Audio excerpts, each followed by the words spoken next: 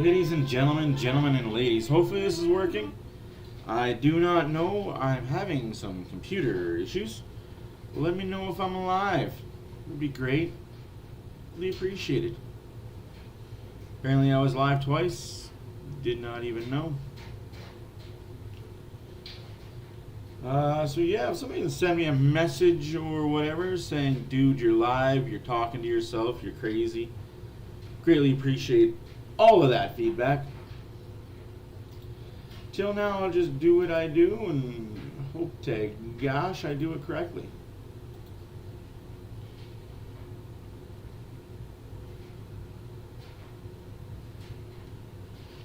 Oh boy. So you know how you guys put off doing updates and everything else on shit? Well, it wants me to do a bunch of updates, and I can't do that because once I update it to the next version, it stops working on my computer. So yeah.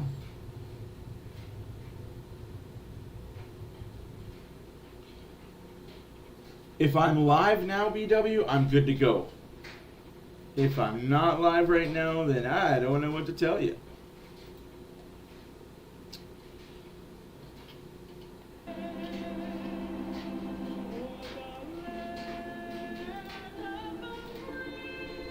For the land of the free.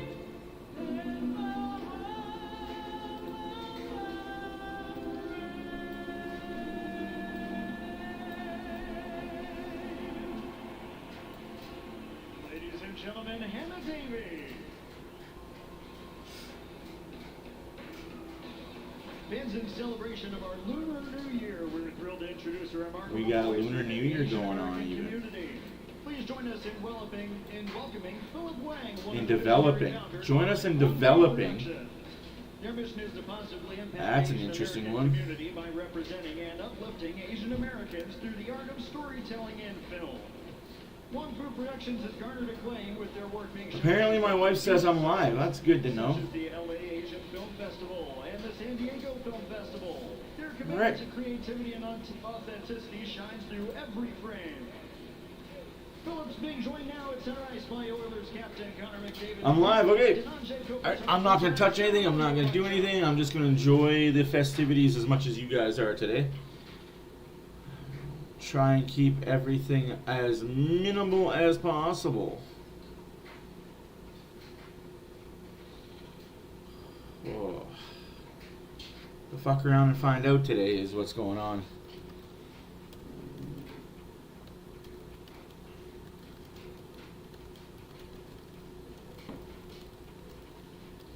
Let's hope it stays this way. Stuart Skinner gets the net in his 100th game. Evander Kane is in for his 900th game. Oy vey, just like that, eh? Over the past 3 months. And at the other end, David Riddick. The Kings are turning to him as Riddick has been in net for all of LA's 4 victories. Jesus, David Riddick instead of... Oh, it's Phoenix Copley's hurt. Alright.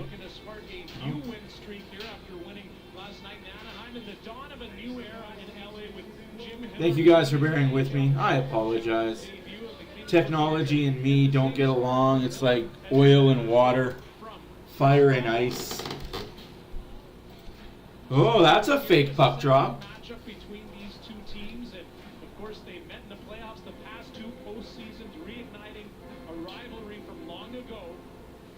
A rivalry from a long, long time ago.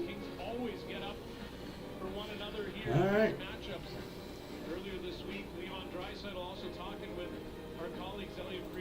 LA scores a lot.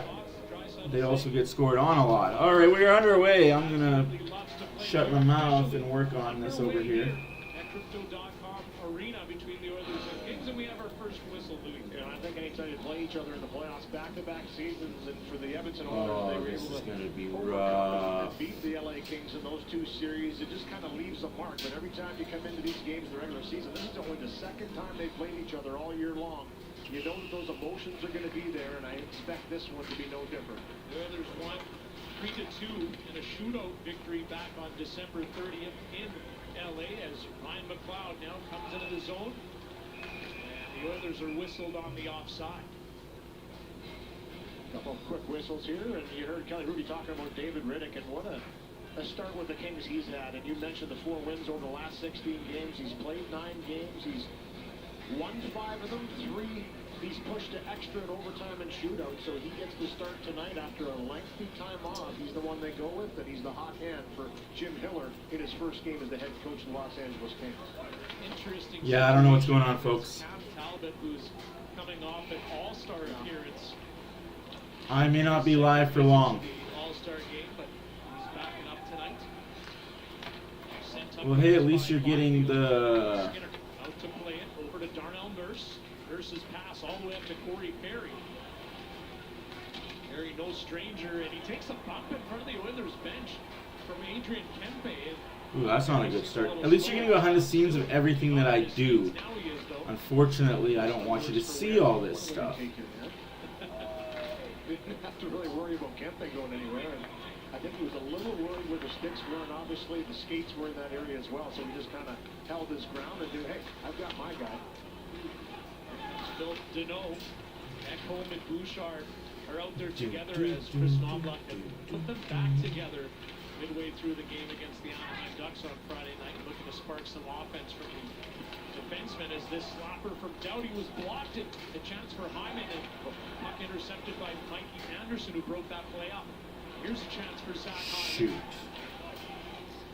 Oilers leading scorer in terms of goals at the 31-goal mark against Anaheim on Friday, the equalizer. Great knockdown by Anderson as that attempted pass by Nugent Hopkins would have sent in Hyman in a race with Drew Doughty, who actually closed on him. Here's that interaction, or collision if you want to call it. First a step up by Gavrikov, and then a little sandwich on Kempe, but it's Perry that takes the worst of it. Maybe a little turnbuckle for Kempe into the boards in front of him, but you can see they were tangled up with skates and sticks, and wisely didn't get up too quickly because things can happen there. But Corey Perry in the mix once again, as he was last night in Anaheim, his old team where he spent 14 seasons, all over the game last night. No stranger to playing against the LA Kings. 77 career games against them in all those seasons as an Anaheim Duck. Putting up 48 points during that span against LA. As Cody Ceci advances. That did not work. They hit to make the play. This sucks, Jordan guys. Spence waiting patiently behind his own net to start it off. Next 2 meetings between these 2 teams will be in Edmonton. Sent up the ice as Brett Kulak is there, patrolling space for the Oilers. Lewis lurking, as is Alex Cherkoff, a 22-year-old fourth-line center for the Kings. Had a good conversation with him this morning, and his first goal and first assist in the National Hockey League. Sorry, guys. In the last game played before the All-Star break. 14 games played in the NHL, a first rounder back in 19, and he said it's been a long time coming, but he's pretty excited to be around. So for now, that's what you're going to get. For young Alex I can't show anything other than this, otherwise you guys are going to get a bunch of inside look to everything. The puck protects on Lewis, a couple of veterans going at him there. And Not a fan of it. Through a few sticks and makes an outlet pass, and that'll be important tonight for the Edmonton Oilers with the aggressive forward-checking Los Angeles Kings. How they can come out of the zone cleanly. And in the previous meeting between these 2, the Kings came out firing 11-2. They were leading the shots margin in the first period, taking a 2-0 lead. And the Oilers eventually came back thanks to McDavid and Draisaitl. Derek Ryan, the hero in the shootout. Darnell Nurse now plays the puck up ahead. Corey Perry waiting for it. Dubois grabs a hold of the puck. Pierre-Luc Dubois crosses the blue line. A wrist or big rebound. Big rebound there. Skinner, but collected by the Oilers, and it's Leon Draisaitl. Connecting with Darnell Nurse, who settles it down. Picked up by Draisaitl, finding a Vanderbeek. He walks and tees one up. Ooh, big save there. No rebound. We've got some pushing and shoving between Corey Perry, Yeah. Old foes. and Pierre-Luc Dubois. A little bit in front of the net as well. This line was really involved. Not a fan of what's going on right There's a now. scrum in front of the net with Evander Kane and Corey Perry on the line with Leon Draisaitl. You know there's going to be a little bit of that. This is the blast down the left wing by King, who had a hat trick last night. His eighth in his Well, career. show must go on, as they say. Sorry, Facebook side. This is not going to be... This is good to see for him. He's a big guy. He's had a good shot on net. Corey Perry finds a way to get himself. It's not going to be fun for anyone. And his first point in an Oilers uniform against Anaheim last night, picking up an assist on Can we just get rid of the polls, though, please? I gotta... Still all over it, though. Ugh. McDavid grabs the puck, takes a look. McDavid leaving it there for Evan Bouchard. Ryan Nugent-Hopkins stick handling. Handing it off to Ekholm, who fires it deep. Hyman's there behind the net. Zach Hyman. Still with it is Zach Hyman. Good Lord. Now by Deneau. Very big technical issues. Hey, Oil Collector. Hey, Adam. Didn't hit the net. Doughty was in the Hey, Canucks fan. Here's Zach Hyman twisting and turning. He towards it, but David trying to get to it. He was slowed down by Doughty. And the Kings managed to get the puck out. Hey, what's up, Edmund? Good to hear you went to the game. How was it, my friend? Poor centering pass, puck bouncing. Oh, big save by Skinner. Stu! Over to Anze Kopitar. Kopitar directs it ahead. Kempe looking to connect it. Perfect. Just sucks because I can't show you guys, like, As both teams coming up with some chances there on that shift. my screen. England moving that puck off the stick of Fogle. McLeod safely playing it back. Like I like to do, you know, like I like to be different than everyone else. Here as both teams are trying to gain possession. Sent in by Fogle. Takes a bump from Byfield. Riddick out to play it high off the glass. Byfield unable to force the puck out. Chris England has it over to Jordan Spence. 5 minutes gone, 1-1 the shots in an empty LA arena. Guess that's what happens when your team's not first in the division. Nobody shows up to these games. Sucks to suck sometimes. Oh, come on, no, boys. It stayed out. Here's Lewis racing to it. Pass up ahead to Carl Grunstrom. Chipped it ahead, and now it's Derek Ryan. The puck came out front. Skinner got his paddle. I know it wants me to update. I know it does, but I can't update. We'll see. We might have to. It seemed like it was upcoming. Here's Gavrikov. Pass off the skate of Jan Markey. Reverses. South Dakota. Hey, he's coming back into Canada, guys. He was in South Carolina the other day. Well, yesterday, in fact. Hey, Dan, how's it going? Oil Collector, I did get your email. I will respond to you midway through this game. And tomorrow I'll send you pictures of my cards that I'm willing to get rid of. And I'll send your way. Just wish. You gotta fix this part.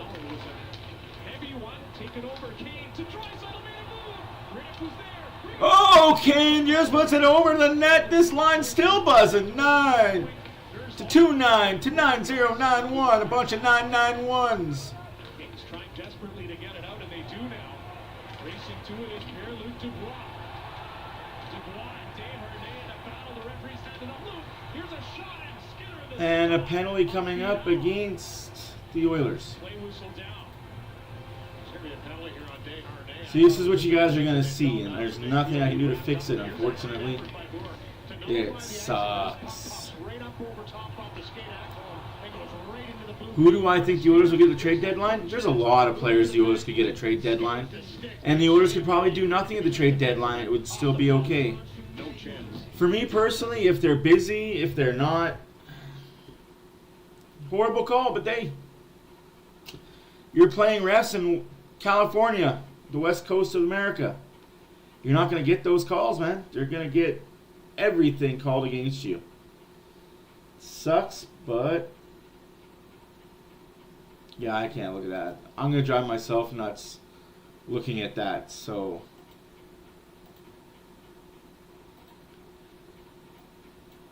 you guys get to see the big me. I'm driving myself nuts looking at that, and it's driving me batty.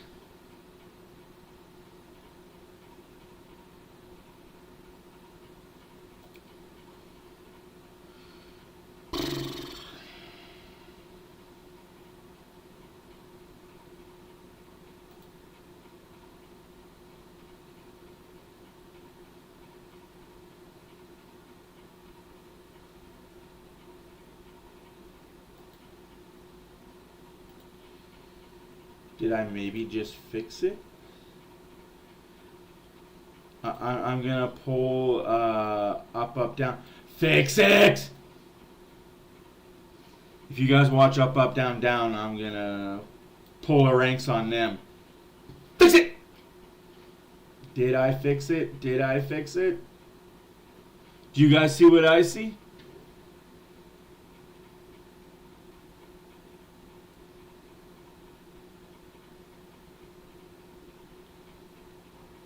You sure can, Northern. I just need your mailing address and I will send you... What a bullcrap call. Like, who tripped who? With the right arm of Desharnais. I thought it was just a collision. They go down, but it's Desharnais that's going to get the penalty. It was a... Oh, I call bullshit. Anyways, I think I fixed it, guys. I think I fixed it. The head coach, he's been in charge of the power play. He's going to continue to take on that role. 2 minutes for holding. My left foot and my asshole, 2 minutes for holding. Since December 31st at a 92.7% rate. Here's Kopitar now starting it off. Evan Fiala. Dropping it off. Kempe over to Byfield. Quinton Byfield reverses. Doughty takes a look. Finds Kopitar and moves up. Back to Doughty. Doughty over. Kempe shot. Skinner the save. Big save by Skinner. Hold on to this for Stuart Skinner and for Kempe. A little fan on this one as he tries to put it through there. Okay. Blanket all of it, it seemed, in the first take. So is it all fixed on your guys' screen? Can you guys see penalty kill now and all that fun jazz? In that spot, That was annoying me. I'm not even going to front, not even going to lie. That was kind of annoying the bloody hell out of a me. couple of players funneling to the net.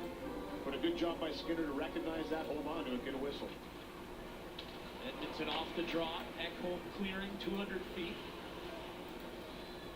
Not a lot of things get to me, but that, for some reason, was annoying me. Starting it off now for the Kings. Pass up to Kempe, who had a bit of trouble with it.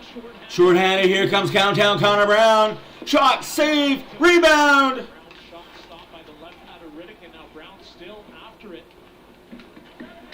4-4 of the shots, 12-10 left to go in the first period. Nothing is the score. Yes! Oh, I don't like technology. That's why I have a phone and that's it for my technology, guys. Not a big tech guy. Less than 20 seconds left to go in the power play. 11:40 left to go in the first period.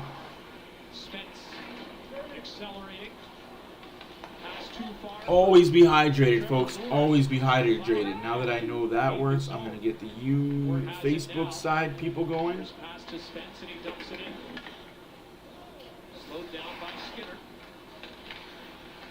Gotta get those fans involved because those guys are freaking amazing on the Facebook side. Just freaking amazing. Guys, we've hit a milestone on the Facebook side. I think we're, what, 1,500 followers? Just over 1,000 likes? I don't want to brag or toot BW's horn, but that's all BW on that side, guys. He's the Facebook guru. I'm just here to make myself look pretty. You know what I mean? Just here to make myself look pretty.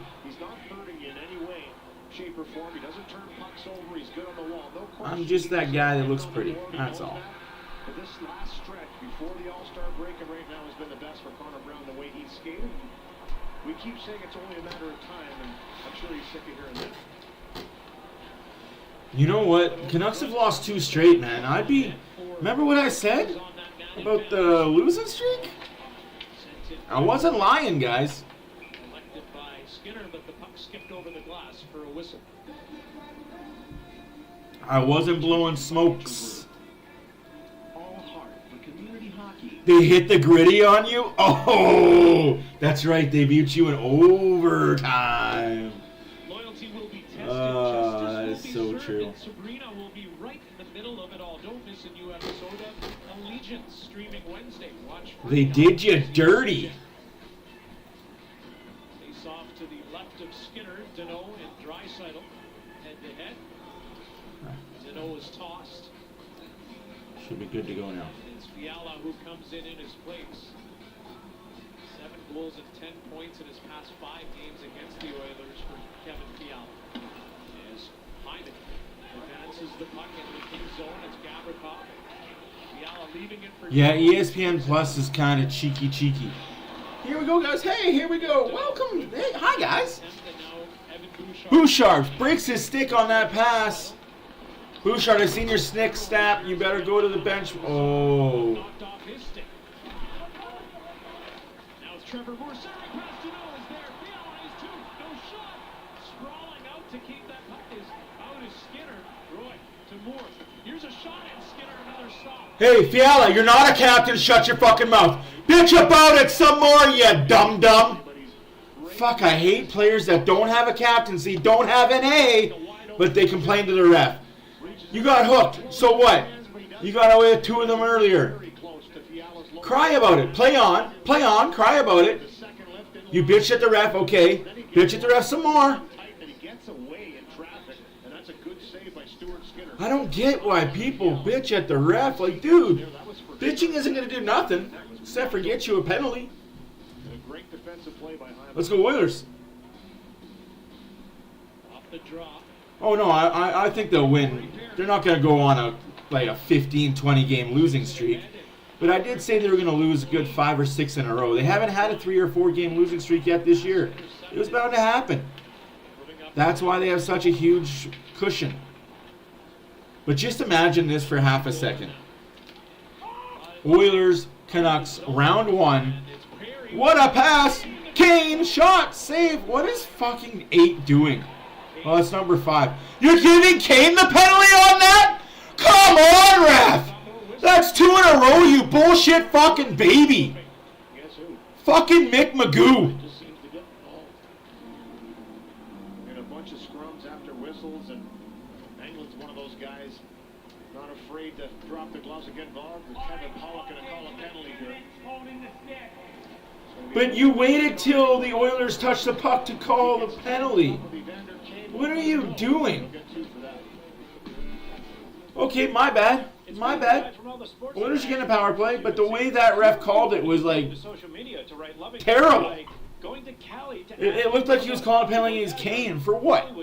For being a big boy and putting his big boy pants on? Like I said, if you guys watched that video this morning with the Anaheim Duck one, I am an equal opportunist asshole to these refs. They were bad that third period. That Hyman goal, I'm sorry, but that was a penalty 7 days a week and twice on Sundays. Good God. Ooh. He legitimately picked that player. Had that player fallen over, I think they would have called that a penalty.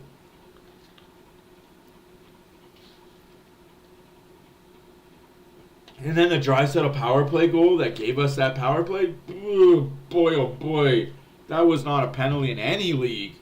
But apparently it is in the NHL, the best league in the world. They call that a penalty. All right, so we are live for 24 minutes. Let's keep it. Let's keep the good mojo going.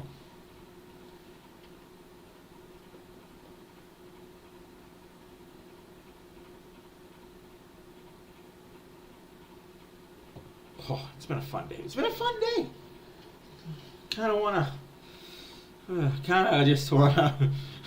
Today was a day where I just wanted to take some people, squeeze them up against the wall, and just give them a couple one-of-tees. Unfortunately, some of those people are my kids. So can't do that to kids. Kids are off limits to be hit ever. Don't ever hit your kids. Don't ever hit your women. Men dressed as women. That's a whole entire different ball game, but the night's going good. Let's talk about it. Dude, welcome to the stream, man. I have been watching your podcast. You have insight that's very eye-opening. I agree with a lot of things you've said. Some things I scratch my head at, but that is a good question, Go Canucks. Vancouver, Edmonton in a 7-game series, who wins? The team that gets the timely goaltending at the best time. I'll say that. Whichever goalie plays better between Skinner and what's his nuts again? Demko? Yeah, that guy. Whatever goalie pulls out a victory. I think the Oilers have the better forward group, but I think Vancouver has the better decor. Just as I say that, what a save by Riddick. Oh, not definitely. It would be a 7-game series. I think it would be a 7-game series with 3 or 4 games going into overtime, if not double, triple, quadruple overtime. Just because, like I said, the Oilers have the offense. Vancouver has the defense. And it's just a toss-up with the goaltending. If Skinner continues to play this way in the playoffs, yeah. Thinking he was going to pass that puck wide, and then just a little bobble, but he still found Hyman in the slot. And then this is where the extra started to get Kempe get involved. And I don't mind seeing this early. Both teams understand that Yeah. they're two of the better teams in the Western Conference. They have a lot to prove, and the Kings want to get back in the winning way. 1 minute left in the power play. 9 minutes left to go in the first period. Shots are 7-4 for the Kings, who are 0 for 1 on their power play. Excuse me. Harsh criticism of his teammates at one point. On a face-off loss, which means the puck goes all the way down the ice. Selfish play. You know, one thing's for sure, he's out there on the ice against McDavid. Oh, there it is. The majority of the time. And not right now, though, as McDavid enters the zone, feeds the point, Evan Bouchard. Over to Draisaitl. Shoot! Draisaitl waits. No shot, just shoot. Draisaitl down low. Yelling like a cookum at freaking Pee-wee hockey. Suit the puck! Suit, Matthew, suit! Oh, Bouchard with his broken stick. Didn't I tell you about his broken stick earlier? I told you about it. Remain here on the power play for the Oilers. Bouchard, new twig, over to Draisaitl. Yeah? Draisaitl. I mean, I wouldn't mind an Oiler victory in playoffs over Vancouver. Through neutral ice, but couldn't get through. And here's a chance for Trevor Lewis coming in, short-handed. Nurse trying to take away space there. Lewis has a goal and an assist in his past 2 games. And both teams are over on the power play. Unable to get the puck. Which happens. Oilers played last night. LA's been rested since the All-Star break. Off the post. Jesus! Counterattack chance here for Edmonton. Evander Kane tried to feed a pass through, looking for Corey Perry. Couldn't connect. No shot on net for the Oilers. Here comes Alex Laferriere and firing that pass across. Grundstrom gets it, shooting. Skinner may have gotten a piece.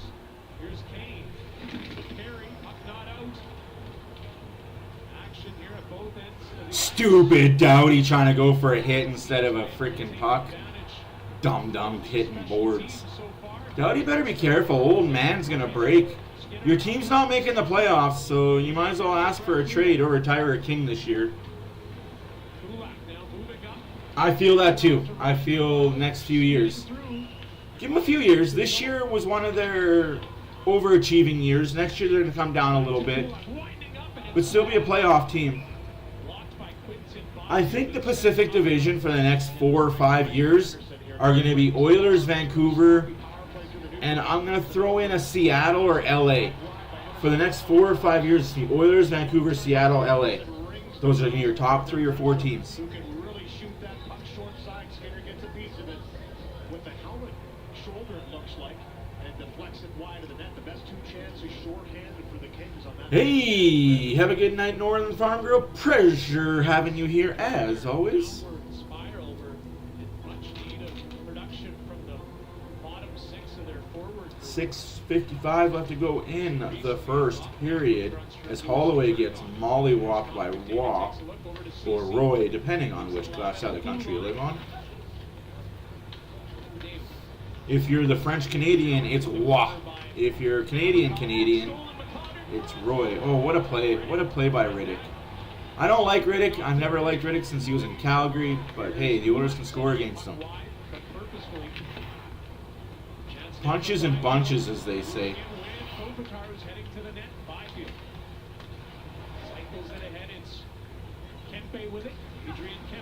The Kings use the refs quite a bit as screens. I've noticed that quite a bit. They use the ref a lot as a screen. Hey, it works. Whatever doesn't get you in trouble, right? And like they say, if it ain't broke, don't fix it. was coming. He had the awareness that McDavid Oh, I'm glad I fixed my situation over here. I was mad. Over top, awaiting McDavid on the back door. I was right mad. Off the face-off. Hurst takes it from Darren. Found on the pass. Fortunately for him, it went right to Connor Brown. Bobbling the puck here by Edmonton in this first period. You talked about the puck bouncing around a little bit. 9 days in between games for Los Angeles Kings. You think maybe the rust of your team, but it's been Edmonton that's kind of turned over some pucks and allowed the Kings to have some time. Here's a shot from Fiala. Oilers win this game 4-3 in overtime. I'm okay with an overtime win. Like, guys, I'm okay if the Oilers win 20 games in a row and all of them are in overtime or shootouts. I'll take the 2 and trade the 1.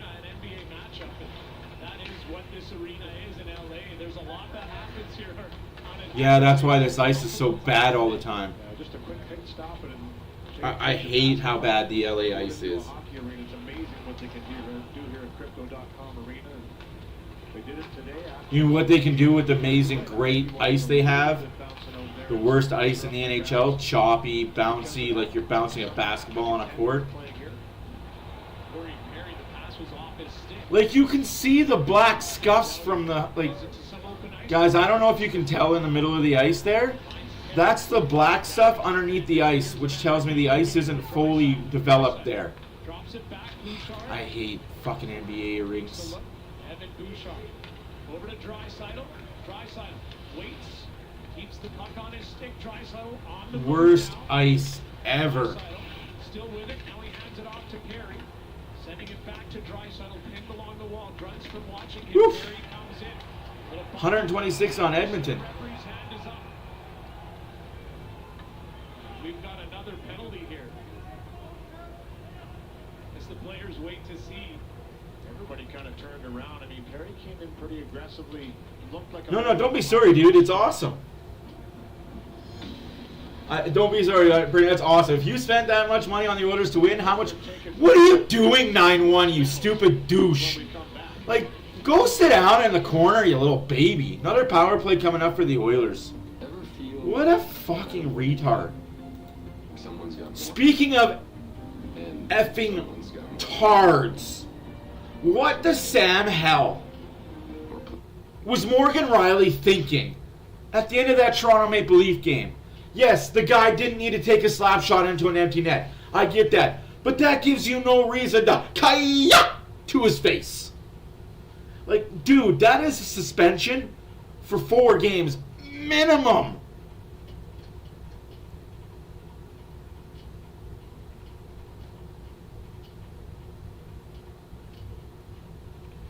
Dude, if you live in Boston, I know a bunch of people in that area that do play hockey and would love to teach people how to skate.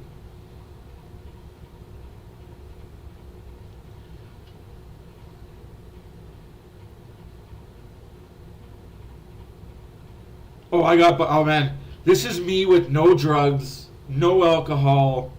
I'm straight edge as straight edge can be. This is me from the time I wake up to the time I go to bed. It just, woo! They call it some sort of ADHD, but I say it's being me. Western Mass. Oof. So you almost live in New York area then, in the New York part of Massachusetts. No, he shouldn't have. He absolutely should not have done that slap shot, but you don't need to get cross-checked in the head for it. Makes no sense to me. Just give me half a second. All rise. Not bad. About an hour. About an hour outside of Boston. Not bad. I have a friend that lives in New Hampshire, but works in Lowell because it's cheaper to live in New Hampshire than it is to live in Massachusetts. I was like, dude, aren't you kind of breaking a law by living in New Hampshire and working in Massachusetts? I guess they evened it up.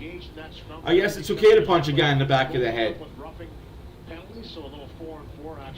It's okay. Absolutely. Thanks for everyone for being here. Shots are 9-4 for the LA Kings. Both teams are over on the power play.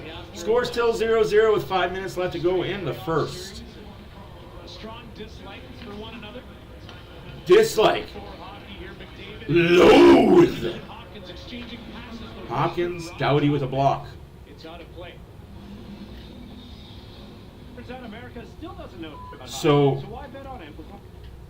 Ottawa had an empty net goal, and the guy took it right to, like, I think he middle of the net, past the hash marks, and just fucking unloaded the hardest slap shot you could do in an empty net. So Morgan Riley decided, I don't like you. I'm going to two-hand cross-check you in the head. And then a melee ensued. Morgan Riley got a 5-minute major and a game misconduct.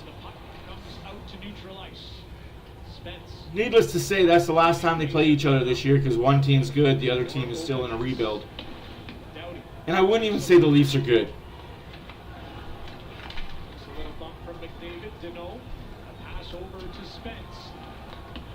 I wouldn't even say the Leafs are good. They're mid this year at best. I'm sure you're going to see it on the highlight reels all over the place, Canucks. Big save by Skinner! Stu! When I go to the Oilers game, the Jumbotron has Stu come across the board with a mustache for like 1 second, maybe 2. Next time I go to the Oilers game, February 28th, I will take a recording of that and use it in my broadcast. Don't be sorry about your spelling, dude. You're good. No, there's going to be a suspension. There has to be. There was no time left on the clock. There was like 30 seconds left on the clock. 5.1. Should be a suspension. It's ridiculous if Riley doesn't get suspended. I can't wait to hear what Steve Dangle's got to say about that situation. Of course Will Ferrell's in the house. He's not acting anymore.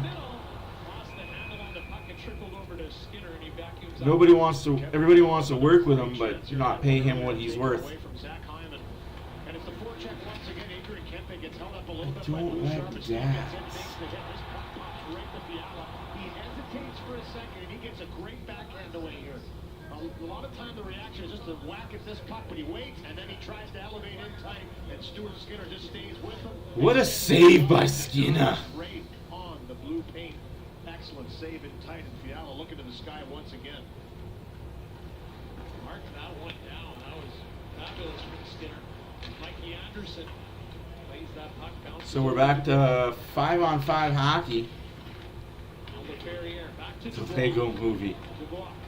Still with it, centering pass, taken over by Kulak, directed out by Draisaitl. Derek Ryan pokes it ahead. Ooh, here comes Kane. Don't turn your back on 91. He'll rough you up and call you mudda. I do watch football, my friend. My favorite team are the Green Bay Packers because of Brett Favre. Brett Favre. Packers have been blessed to have really good quarterbacks their entire lineage. Especially my life growing up, because we've had Brett Favre, we had Aaron Rodgers, now we got Aaron Love, Jordan Love, Aaron Love, imagine that, eh? Favre, Judge, Rodgers.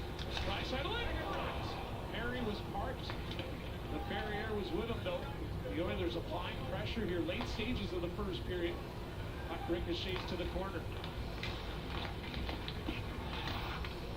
8 minutes without a shot, though, for the Oilers as Kings are out shooting Edmonton 10-4, just like they did in the last meeting, 11-2 in the first frame.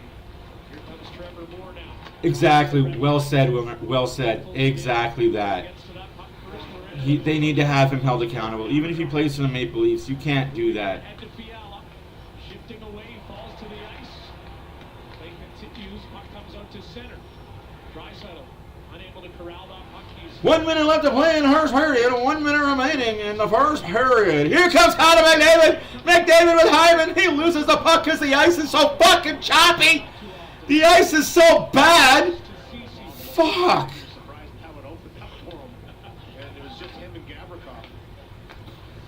Did they throw the game away or did the refs help out? Just saying. Did they throw the game away or did the refs help out? I think the 49ers are winning the Super Bowl this year. There's too many examples of 13 and Taylor Swift's lucky number is 13 and this is Super Bowl something with 13 and 49, 9 plus 4 is 13 and 13 is 13 and there's just too many 13s for it not to be a San Francisco win. So if I was a betting man, I'd put the bets on San Francisco to win by 3.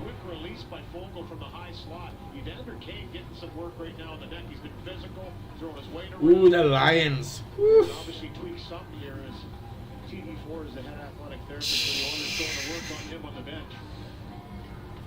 Yeah, you're not the only one. Not a lot of people like Mahomes. Here's McLeod set to take the face off against Or Mrs. Taylor Swift, Travis Kelce.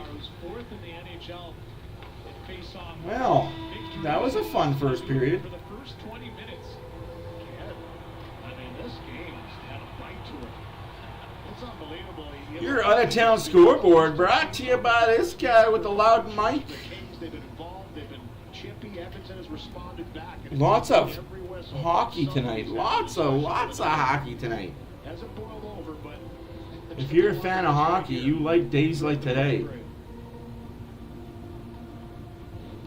And it just doesn't take much. That cross-check right there by McLeod on Anderson. He turns Oh, around. suck it up, you baby. Come on. Suck it up. Again, you're punching in the face with your gloves off.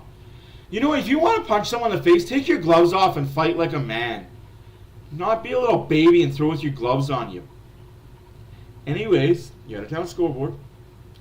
Blues beat the Sabres 3-1. The Red Wings beat the Canucks in overtime 4-3. The Canucks continue to slide on their losing streak. Stars beat the Canadiens 3-2. The Calgary Flames, winners of 4 in a row, beat the Islanders 5-2. The Capitals shut out the Bruins 3-0. Ovechkin gets another empty net goal. Seems like the only way he scores nowadays is empty netters. Panthers beat the Colorado Avalanche 4-0. Colorado, losers of their last 4 games since the All-Star break. They're going on a slide as well. Carolina shuts out the Devils 1-0. The Lightning beat the Blue Jackets 4-2. The Ottawa Senators claw back to beat the Maple Leafs 5-3 in that melee scuffle. Some backlash will happen. The Flyers beat the Kraken 3-2. The Jets beat the Penguins 2-1, and the Coyotes lose to the Nashville Predators 5-4 in overtime. That's your out-of-town scoreboard here in Oilers country. Oilers Kings 0-0 after 1. 15 minutes left to go in the intermission. I'll be back.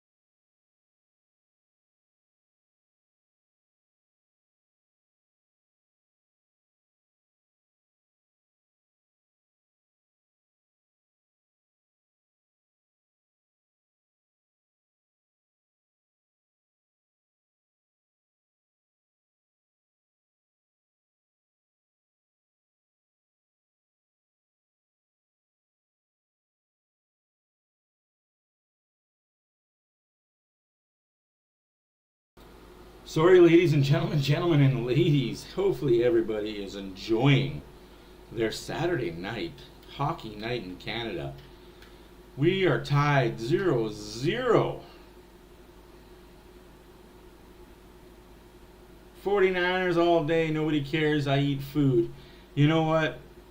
I'm a big food guy. I'm going to have a platter full of chips and popcorn and pop and horn dogs. I'm just going to have a plate full of treats and goodies and watch a good football game.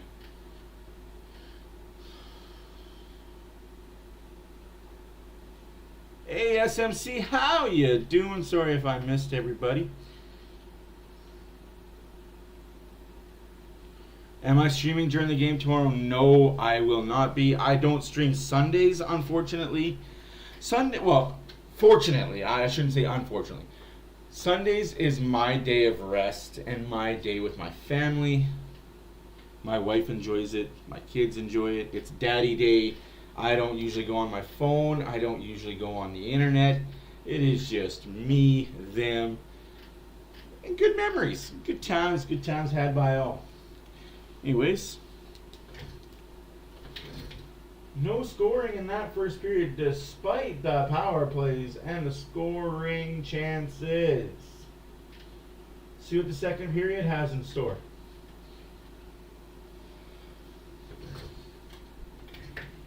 Ching, ching, ching, ching, ching, ching, ching, ching.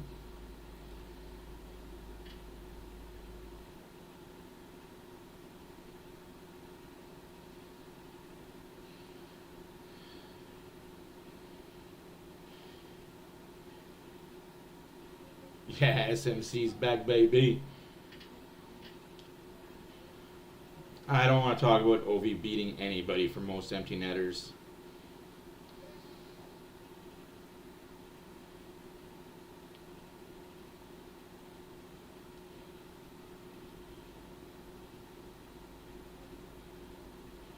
Copyright strikes? What copyright strikes?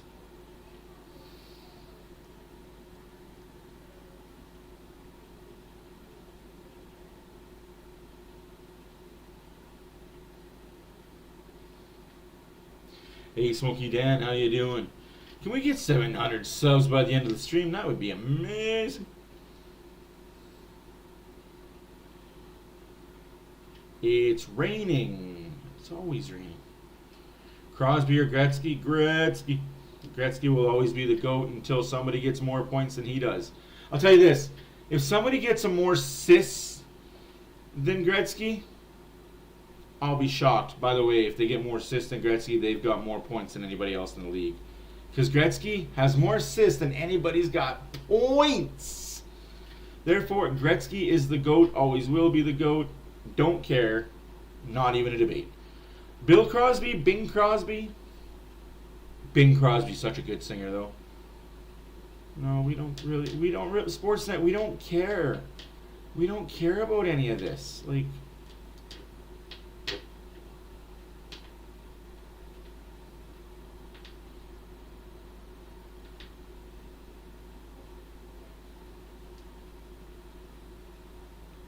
Joe Montana Bowl. I'm okay with that. I will sue you. How much are you worth? You like that guy Perry. That's it. The check's in the mail. I'm suing BW for liking Corey Perry. Face-off taken, won by the Kings.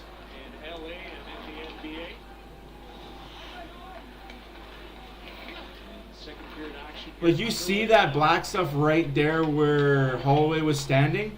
That's underneath the ice surface. That's not overhead shadow. That's underneath the ice surface. That hit the bench on the LA Kings. It's going to get called back if the Oilers score.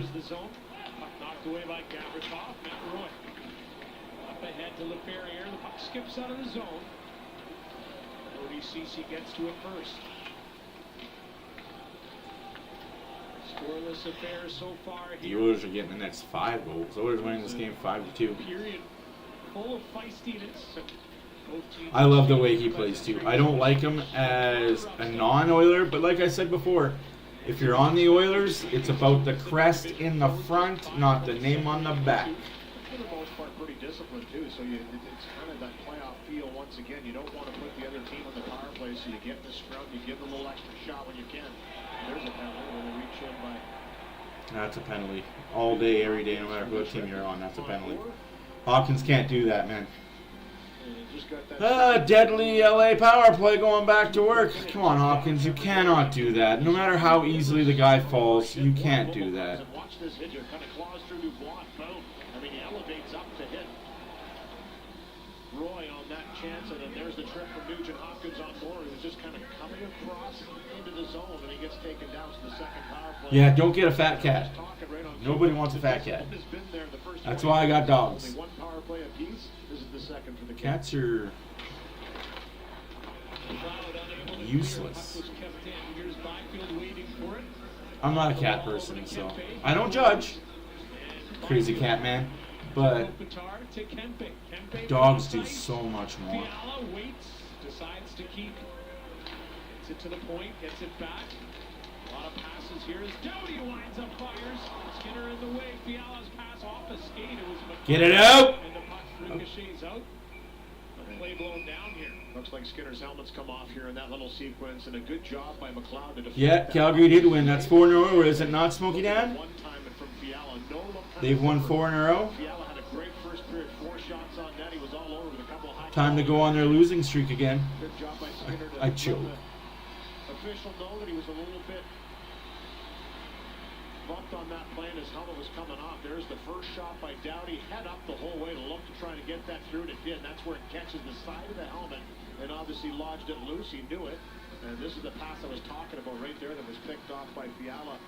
Trying to go right through again to Kempe. One cat and one fog. Hey man, if you can catch the fog and have it as a pet, you win. Take the draw in place of Kopitar.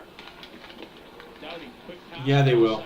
Fiala trying to walk in, prevented from doing so. Flames will do this for the rest of the season. They'll have one good stretch of winning, followed by more losses than they win, and they'll be a mid-team. They have to trade Markstrom. I can't say that enough about Flames fans. You guys, you have to have Markstrom traded. If you want any hope of becoming anything in the future, stop being mid. Get a high draft pick. Do what Vancouver did. Get the high draft pick. Get a full true rebuild. No more of this mid. Not good enough to win the playoffs. Not bad enough to get a bottom pick.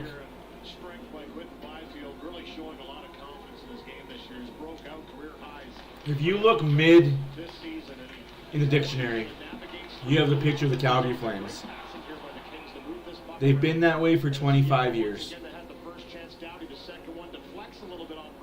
He's absolutely doing good. And I said, people, that trade's going to benefit the Flames more than going to benefit Vancouver. And the Flames have that young, big defenseman still that they haven't played, that Vancouver gave up too. I think more New Jersey.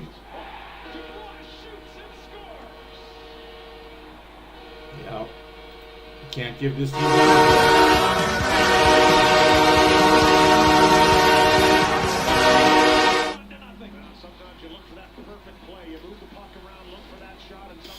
Come on, Roach. You're better than that. Couple great saves by Skinner. It's Ford that finds this puck, gets it back to the blue line, and you're going to see Dubois just kind of loads it up, so he has the ability to shoot this puck anytime he wants, and he's always had that heavy release, and he lets it go. And I don't think for Skinner he's distracted by anybody. Maybe he feels Moore and Desharnais to his right, but that's the reaction of Nugent Hopkins in the box. That one goes by Skinner. It's all good. Got to get it back though. You got to score a goal to win games. I don't like Pierre Dubois either. I think he's a fucking idiot, but LA's gonna play that style where they're gonna be chippy with you and then fall over as soon as they feel like they're being touched. It's the Kings way. That's why they. Oh, there's another one. You see what I mean? He fell over pretty fucking easily. Strong saves and had to be sharp. Here's McDavid trying to escape the zone. The Oilers down a goal and they were trailing against Anaheim too. As the Oilers scoring 3 straight in the third period. for their 15th comeback victory of the season. Riddick isn't that good. Oh, come on. 2-on-1 here. Lewis moving in as well. Lewis has it. Kings score again.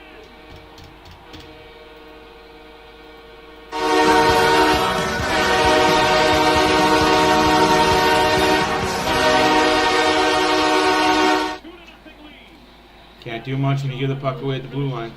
Great little steal by Quentin Byfield. We just talked about him. It's McDavid that tries to go against the grain band, just bat it forward, and then the head up the entire way down the ice, and what a great lead. I'm not worried. It's 2 goals. Lots of time left in the game. Now that the Kings have a lead, you're going to watch the refs call a lot of penalties against them. You're going to watch the refs start calling things that they shouldn't be calling to get the Oilers back into it. Skinner 2-0 for the Los Angeles Kings in quick succession. A double strike. Shut up, Louis. Like, I wish I could watch this game on my big TV on the LA Kings page. Kings were looking for as Kane tries to answer back for the Oilers. Shot was blocked. Kulak moves up. Kulak centering pass. Just bad giveaway by McDavid. By the Kings as Ceci races to it. ODCC now forwarding the puck. It's stolen. Here comes Kempe. Byfield centering pass. It comes over to Perry. Quick lead to Draisaitl. Draisaitl back to Perry. That's not offside, ref, you dumb idiot. Thus the Oilers are called on the offside. Got a broken windshield? It's all good, folks. Lots of game left. Nothing to be worried about. Fingertips. Book your appointment Don't today. worry about it. Let security carry them out. The ultimate city rivalry continues as Boston takes on New York. Don't miss PWHL action February 17th at 4 p.m. Eastern on CBC Channel. Well, the Oilers with some work to do here. There's the neutral zone stolen. It's Brunstrom. I might not even watch the Super Bowl tomorrow. I might just watch something else and just have a bunch of snacks. Like I said, I don't care what either team in the Super Bowl, as long as Kansas City loses. I don't care who wins. Spence moved it up, kept in Fogle to the net, off the glove of Riddick. Like I said, Riddick is shaky. He's not that good of a goalie. He gets it If we can get 1 by him, we can get 2 or 3 by him. hands it off. McLeod takes it. McLeod puts on Holloway gets fucking dumped. shoots. Riddick the save. No call, eh? Dumped and no call. Again, held and interfered with, no call. The puck in. LA making a change. Desharnais to Nurse says the Oilers will switch it up as well. Thanks, Michael. I know you've been here before and you say the same stupid shit as soon as the Oilers are losing by more than 1 goal. You come in here and talk crap. Nurse to We get it. It was a bad play. It happens with the best of them. play continues as It'll be okay. There's still lots of game left. 15 minutes left to go in the second period. 2-0 LA. Let's just not show the replays. Like, Riddick isn't good, guys. He's going to get scored on 3 times this game. And you got to score 1 to win a game anyway. So, but yeah, let's just pile on the captain for making 1 mistake. Because Kansas City's overrated and they cheated to get there. What more do you want to say? Edmonton would eventually come back and win the shootout, but off to the same start in this one. comes out the zone. Hyman takes a heavy hit from Matt Roy. Okay. Roy passes over to Gavrikov. Cross-ice feed, too far for Boer. Up knocked down, McDavid's in. Up knocked off his stick and pushing and shoving. Oh, tripped. No call. McDavid. Now Echo using the body as Kevin Fiala moves in. Nobody said they're going to go 82-0. Pass in front of the Kings bench. That's 7 guys on the ice. Good, no call there. To the point. Imagine that. Anderson let that fly. But yeah, the Oilers are going to have a bad game once in a while. But it's just frustrating when day in, day out, game in, game out, you're battling 8 guys on the ice every fucking game. Riddick, stretch pass. He finds LaFerriere, who held on to it and forcing his line mates to retreat. So you call that a high stick, but you don't call 1,000 other ones that are fucking way above the head high sticks. You're watching hockey. Good fucking God. There's a rule book. Fucking call it or don't. Don't change your mind halfway through a game. Seriously, how many fucking times have we seen a player have the stick over his head on the glass in the fucking neutral zone, knock the puck down, not called? Oh my God, you guys are so bad.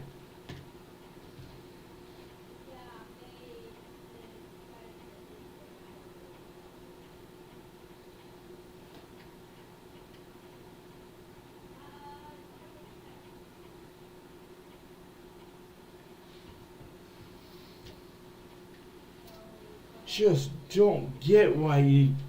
How are you an NHL official and you are so bad at your job? How do you get paid so much?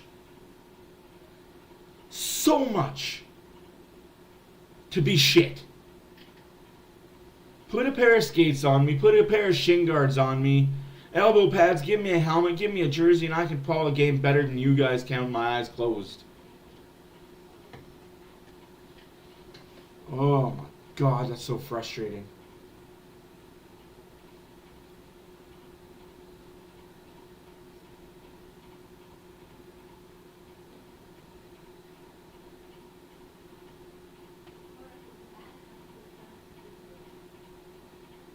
They took 2 of them. What are you talking about? The only reason why Anaheim scored was because they were on the power play. I guess when you do bitch to the ref, you do get the benefit of the doubt, eh, Fiala?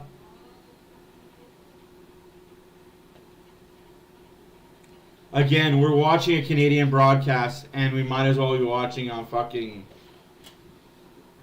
Fox, California, the way we're talking about Fiala and the LA Kings. Holy fuck, Sportsnet, you fucking clowns. NBA, because they can dictate what happens a lot more than the NHL does. So I'll tell you that the NFL is the worst. NBA is the most rigged. NHL, you still have to score on the power play that you're giving, unless you're giving a 5-on-3, and that's pretty much a guarantee that you're going to score.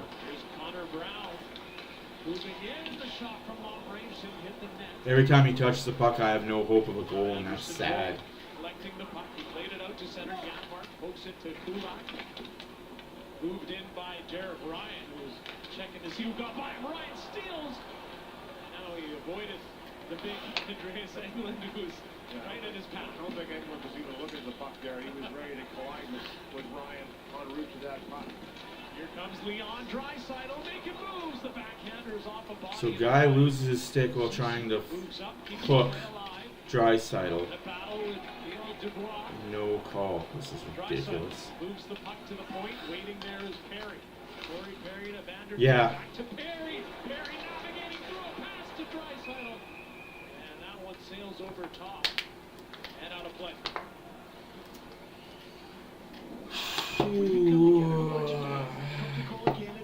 It's games like this and teams like this that make me just hate sports betting as a whole. I've never had respect for Gary the Troll Bettman, and with the betting that's now in the NHL, I've lost even more. Whatever little respect I had for the Troll, it's gone. Very good last night in Anaheim put together before that game. In Perry's homecoming back to Anaheim, where he spent 14 years, and they were all around the net and creating chances. Had 6 shots in the first period alone, that line, and there you can see 3 big guys that can handle the puck down low and work off the cycle. He was himself making some greasy plays to help create some chances. Doughty ensuring McDavid was unable to collect that puck. It's sent in by Mikey Anderson, who takes the puck from Hyman. Skinner leading the puck there for Desharnais. Over to McDavid, but his pass was blocked and taken over by the Kings. Kopitar. And now it's Nurse surrounded. Kempe moves in. Kopitar waits. A pass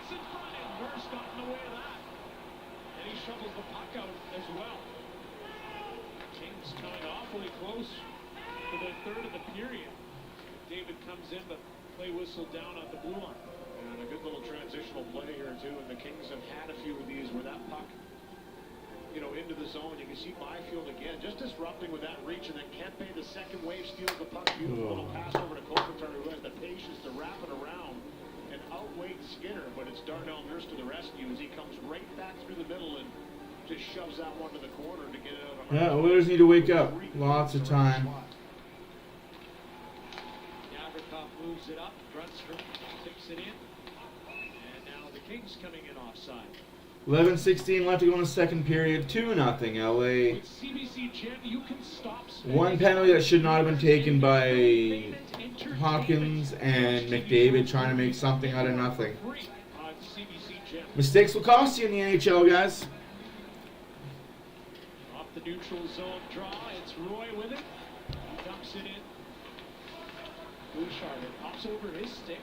Fogel's pass to the middle. McLeod to Holloway. Holloway. Bodied by Roy. We need our third and fourth lines to wake the puck up, though. On the corner, the puck comes loose and Fogel races to it. Warren Fogel to McLeod. He's trying to make his way to the net. Turcotte to Grunstrom. Along the wall, puck found there by Brian McLeod. Delivering to the point, Bouchard just unable. Oh, Boosh. Like I said, I can't even blame him. The ice is so choppy. We approach the midway mark of this matchup. Here comes Holloway, but the puck just Hooked? switched No to call. for him to handle it. The Oilers just aren't as sharp as normal, Louis.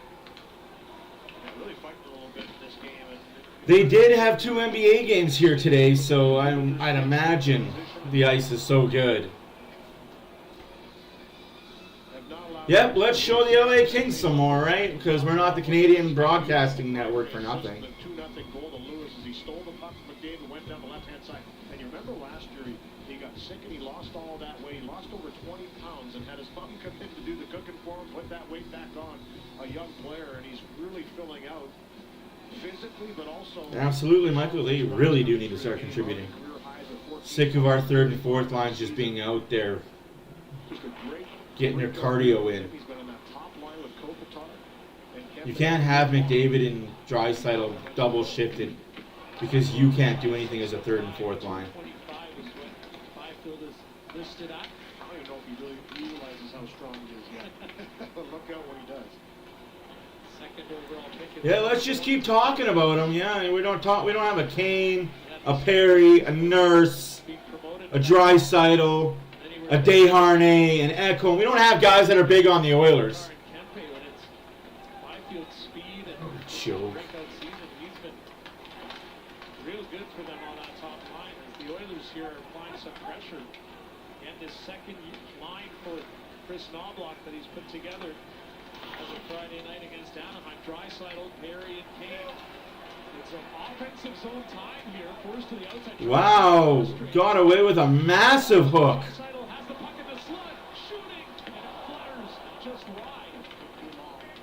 And now Kane knocked down to the ice. The Oilers still have possession. It's Draisaitl way up top now, trying to shovel it through England. He's got a chance here. The pass over to Perry, and he's robbed by the rim. He stops the second one as well. What a shift by this line. Ground and pound. This is where they go to work around the net, in the corners. They work it out multiple times. One chance by Draisaitl, a second one here by Perry, and a third one. I'm not a fan of sports betting at all. Like, it's ruined sports. And it's only gotten worse now that it's been available for online and everybody in the world has it accessible at their fingertips. Back in the day, like, I get it, I'm old. Back in the day, we had to go to a 7-Eleven or a grocery store and bet on Sports Select. You had to go bet in a store before the game started and you couldn't change your picks. Now you can change your picks like that.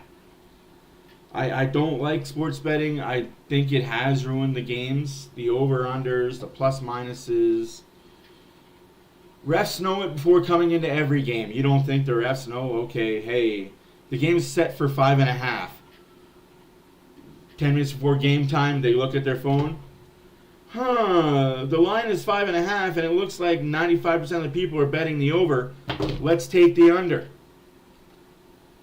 Or 95% of everybody's betting for the Oilers to win. Let's have the other team win. Let's see how much money we can make tonight on the bets. It's terrible.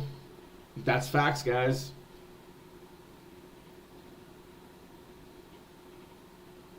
Yeah, I know every ad is here. Spend $700. Win money. You bet the first 100, we'll give you 100. Well, Listen to this pocket shot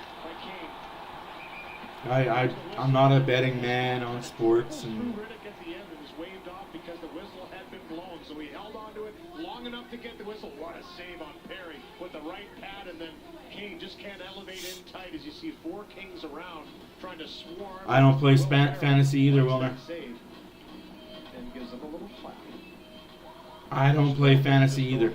I don't agree with playing fantasy either. Because, yeah, that is a form of betting. Playing fantasy with your buddies sitting across from you and no money's involved, no bets are involved, that's one thing. But playing fantasy for money, I don't like it. I'm not a fan of it. You're making people go broke. You're not making people go broke, but bad people make bad decisions. Looks like they have a verdict here. He gets 5. He gets a 5-game suspension. Morgan Riley will get a 5-game suspension. David Riddick admiring how he's fought his way back into the league and he's putting on a good performance. Maybe he's been the guy, right? And there was a lot of talk before the game. There were, Jim Miller didn't want to give out that information. Who was going to start as Kevin Paul? I disagree with you, Renegade. It had nothing to do with Aiden Hill. It's not going to be a goal, and it's the right call. The whistle did blow. It had everything to do with them damn refs making sure Vegas fulfilled their promise to their fans so that their season ticket holders wouldn't get money back. But that's a conversation for a different day. Dave Riddick, that has been the best goaltender and earned this start, and he's lived up to it through a period and a half. I agree with you. How sad is that? The guy bet on sports, and he's not in the Hall of Fame. One of the best baseball players of all time is not in the Hall of Fame for betting, but yet, hey, you're allowed to bet now in sports. So stupid. Oilers need a good comeback here. Bounce off the wall, and now Fiala has it for the Kings. Fiala's feed slowed down, and the Oilers come back on the attack. Ryan Nugent-Hopkins keeps pressured hard by Fiala, who kicks it out of his pocket. Pressured hard, hooked in the hands, slashed on the back of the stick. Waits, fires a pass over to Ryan Nugent-Hopkins. He advances it. Quinton Byfield comes to him. Byfield making moves, delivers over to Kopitar. Ante Kopitar with speed here. Kept a quick sharp angle shot, and Skinner was in the way of that. He got a lot of that shot too from a sharp angle. David, no time, space, but Holloway almost had some as Gavrikov moves it. Byfield chips it out. Vincent Desharnais off the wall, up into neutral ice. Roy sending it in the Oilers zone. The puck comes to Kopitar, who kicked it to Byfield, and now a whistle on the play as this will be too many men. Come on, Oilers, that's your chance right there. As Kopitar kicked it over to Byfield right in front of the Kings bench. That's your punt. This is it here, right here. This is the game. You score here, you're right back in it. You don't score here, and oh, bad things are going to happen to bad people. I honestly don't think that... I've seen him stand on his head in the San Jose, and he didn't win San Jose the cup. I appreciate what you're saying, Renegade. It's just when you cheat the salary cap to make sure you're $21 million over the salary cap, I mean,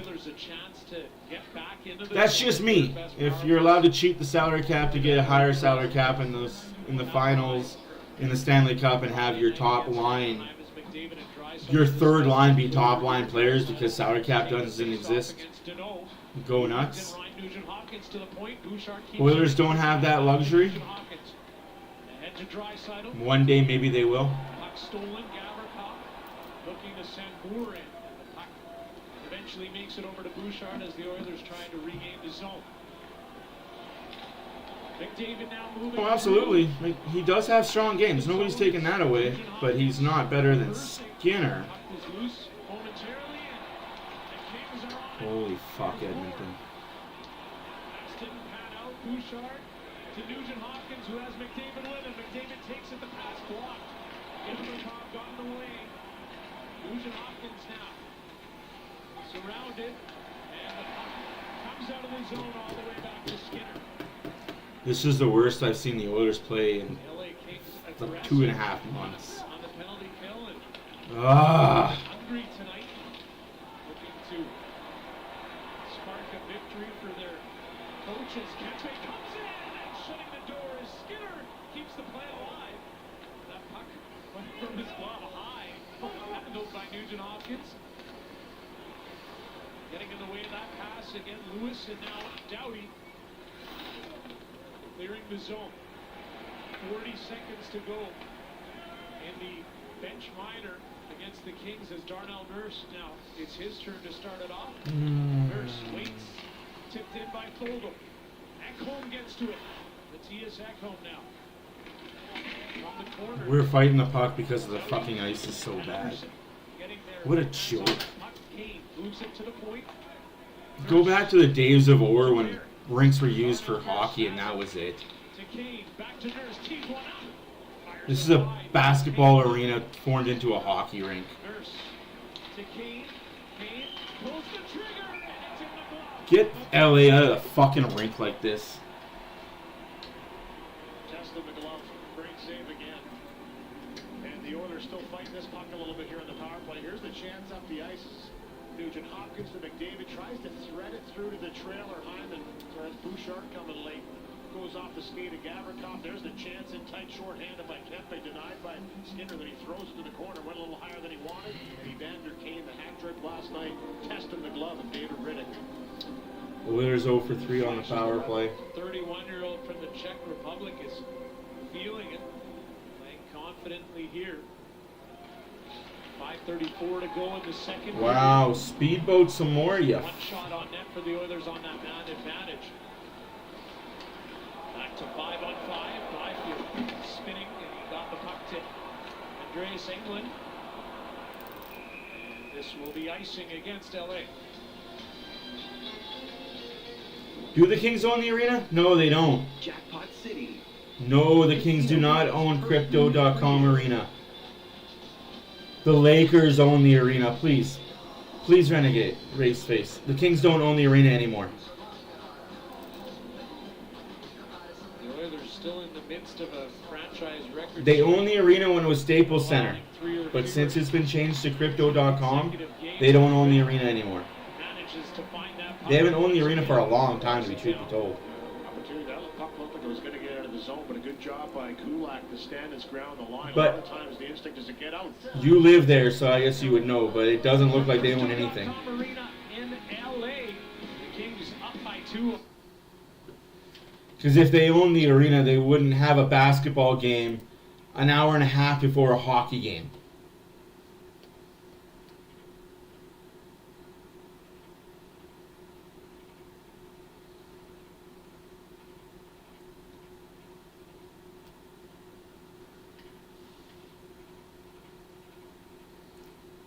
To me, it's just stupid to have an event on the same day as you'd have a hockey game.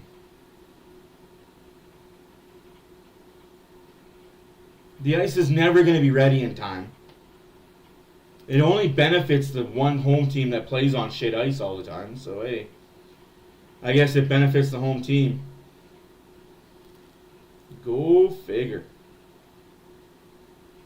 Oilers still got to play it, though. Oilers still have to play the game. They got to score to win. They just need 3 to win the game.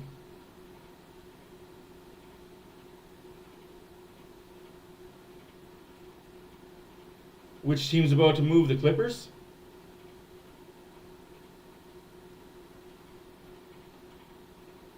The Clippers, the Lakers, or the Kings? Which team is going to move? I'd be curious. Like, I didn't know that one of the 3 teams was moving, which makes sense to have one team move to a different arena. It just boggles my mind how you can have a freaking basketball game, then 2 hours later have the ice ready to have an NHL hockey game. That's worse than Mullet Arena that has 5,000 fans. 6 years, he was a 10th round pick of the Kings from Northern Michigan. Only the hairstyles changed in 25 years. He was for 40 games in 92, 93. It's about time. They're a better team anyway. They shouldn't be living in the Lakers' shadows anymore. When he was tapped by Rob Blake to replace Todd Yep, Renegade, they do. Clippers, Lakers, Kings. Oh, and also what's the women's basketball league team? They play there too. That removed from his title.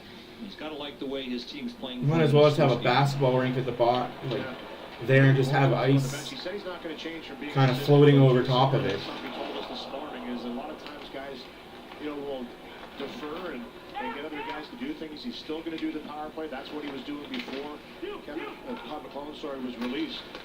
And he says he's going to still continue to do that, but he also wants to be a positive guy. Nice. He's to err on the positive side. He says, I'm going to tell these guys the truth as I always have, and hopefully they respect that, and he gets the best of it. Kings players calling him That's stupid. The Oilers trying to figure out something to get on the board here. 4:30 to go in the second period. It's Draisaitl who finds Kane. Kane moving in the pass in front. Holding the stick.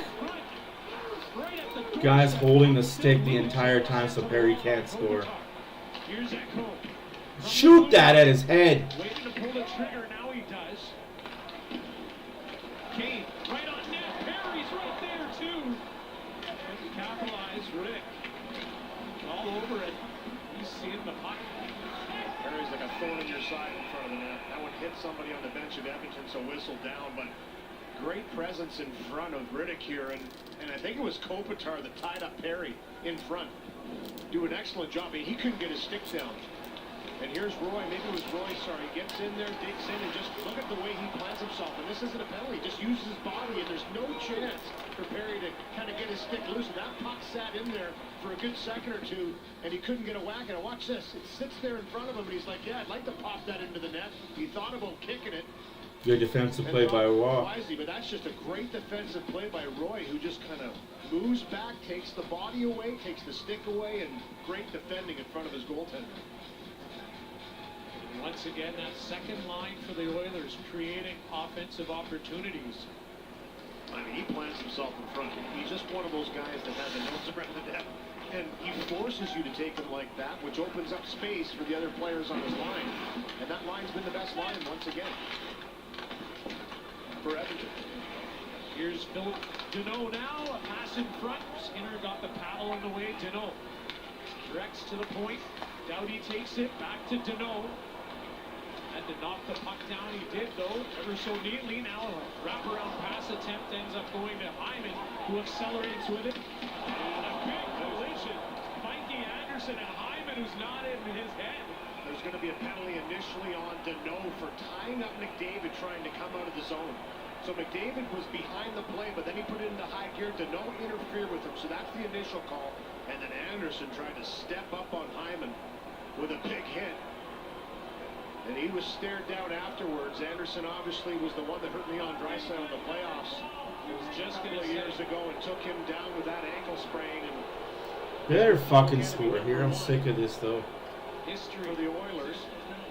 Not afraid to play that physical game. He's a hard-nosed guy that just plays a pretty honest game. And here's the penalty you're going to see as Deneau wraps us around. McDavid's taken off and he just ties him up. Deneau does a little bit too long, and there's the step up by Anderson. He came in pretty hot, and Hyman says, yeah, you were close, but you missed. The hell out of the way, kid. He tried to go after his head. What a dum-dum. Sup, Deneau? From Hyman after that collision, and it was top speed for both. And the Oilers. Hey, Roger, how's it going? Power play, and it's a tripping call on Moore. I thought it was Deneau on the hole. That's when the arm went up, but it was the trip. Here's Hyman denied by Riddick. Hyman still on it. One-timer and Draisaitl. Riddick is playing out his mind right now. Moving to the net. Let it happen for 2 periods. Come the third, you're going to get tired. Down low, Hyman couldn't force it off. Draisaitl shoots, and it bounces high into the air. Now it's McDavid to the point. Nugent Hopkins keeps the play alive. Dishes McDavid to the net. Tried the sharp Off the angle, post top again. shelf. And now here's Bouchard from up top. From his captain, Connor McDavid. Let's go, guys. On the lookout, Bouchard winds up, fires. Gavrikov blocks it. Kopitar's clearing attempt blocked. The Oilers still have it. Nugent Hopkins to Draisaitl. Bouchard waiting, pulls the trigger, and rejected by Riddick, you stand on your head for another period. Yeah, he's slow to get up now. He's like, oh, Jesus. This is going to be a long night for me. Good pressure here on this power play by Edmonton. A little more venom in their plays and a little more urgency. And here's McDavid. Loves to do this. He walks from the corner. He's looking for that Ooh, pass, geez. but so good at elevating in tight. And it goes off the bar here. Off the back of Riddick, off the bar and out. So very close on that one than the Bouch bomb. Evan Bouchard lets that Come one on, go. boys. Riddick Get a goal swallows here. it up. Linesman, drop the puck. Like, nobody wants to see you hold a puck over the dot for longer than 3 seconds. 1, 2, 3. Ready to take the face off, won by the Kings. And it's Anderson. Kept in though by Bouchard. Draisaitl waits. Pass down low. And somehow Hyman was unable to capitalize. Standing right at the doorstep of the crease, and now the puck comes out. Great chance. Oh, back-to-backs are going to be fun because they've got a bunch of them coming up. 40 seconds left to go on the power play. Working it back, Connor McDavid coming in with speed. McDavid to the net, the shot fired wide on the far side. It's Draisaitl to McDavid. McDavid back to the point. Bouchard shooting, blocked by Lewis. Draisaitl to McDavid. The Oilers pressing. Draisaitl one-timer into traffic, again blocked. Evan Bouchard to McDavid now. Draisaitl decides not to shoot. Passes down low. Ryan Nugent Hopkins tried to feather it through to Hyman. Couldn't do so. McDavid pressured, and the puck comes out of the zone. That's going to do it for the power play. 4 shots on net for the Oilers. Bouchard looking to move it with the Oilers as McLeod makes a play to gain the zone. He's alone though, waiting for his teammates to complete a change. Moore forces the puck out. Here's Dubois falling at the blue line. Durst takes it. 1 minute left to go in the second period. What an uneventful game for the Oilers. And we have whistles here on the play. Yeah, the intensity's ratchet up here. It looks like almost a too many men again. I don't know, guys. It's not looking like it's the Oilers' night, but hey, anything can happen. I mean, they had some great chances. Good defensive play by Deneau at the line. Too many men on the ice. Another power play for the Oilers. You're right, Louis. Second This is tough to watch, though. I did say now that LA's got the huge lead, they're gonna give the Oilers a majority of the power play, so this game is either close or tied. I hate how I can predict the NHL rulebook, and that's not even the rulebook. That's just Too many men once again. refs Los Angeles Kings, this is the second one. managing the game poorly, I may add. Illusion right now. We mentioned earlier, DJ Smith has been hired as an assistant coach here. He's in the Poor, works of getting poor, papers poor in order reffing. before he can come and work for the Kings and be on the bench. They're one man short. A little confusion here for the Kings a couple of times, and it's cost them with a couple power plays for Edmonton. And after that last one, they'll go right back on the man advantage. Gotta win the fucking face-off, though. Being watched by Ekholm. Moore's going to send this puck back into his own end. Diving was Gavrikov, and he somehow connects with Moore. Moore kicks and shoots. He couldn't hit the Follow the bouncing puck. What are you watching? The Lakers versus the Clippers? Kane waiting at the blue line. Sending it over to Perry. Back to Kane. Cross ice. And again, another opportunity. Short-handed this time. Kempe. Yeah, thank you, Jediah.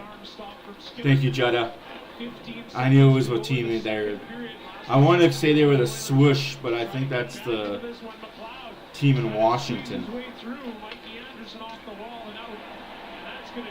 Pathetic second period.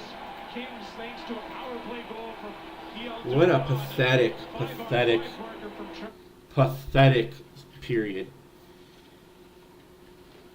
Oilers need better.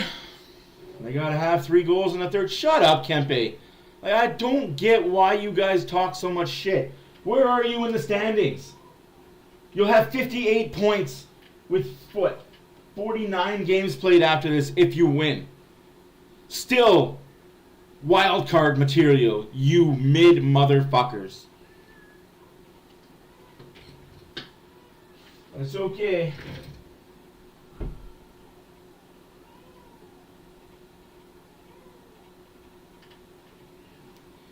It's okay. They're LA. People wonder why I say FLA when I talk about the LA Kings.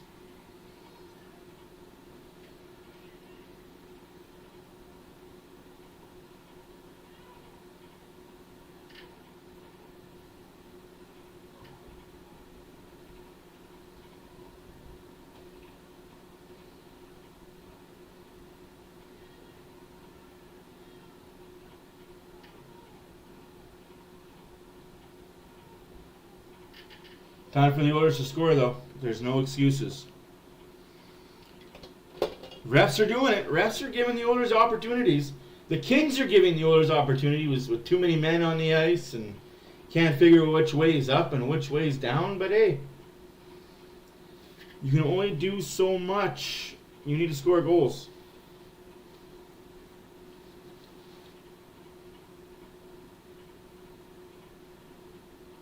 I give full marks to LA for this one. I'm giving full marks to Riddick. I'm not taking anything away from LA, and I'm not giving anything to Edmonton. They haven't showed up. Changed my mind. Have the Oilers showed up at all this game? And I'm probably the biggest homer there is for the Oilers. I mean, the biggest homer for the Oilers.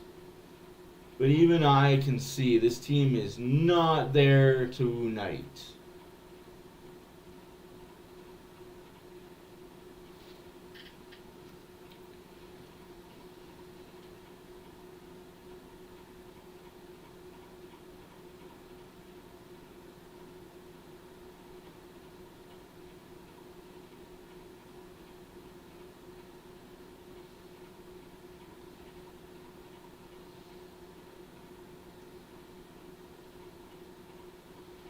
We're off till Tuesday. Leave it all out on the floor now. All out. You gotta go all out now. You're off for another 3 days. We play Tuesday at home against the Red Wings. And then we're on the road on Thursday against St. Louis. The Avs lost again. That's very true. The Avs are losing. Vancouver's losing. Everybody around us is losing.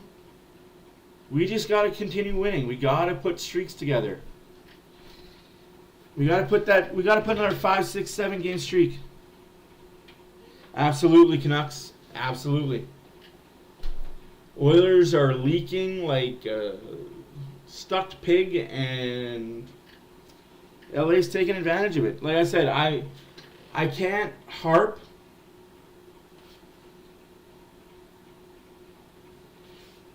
I can't talk shit about LA. They're doing what they're supposed to do.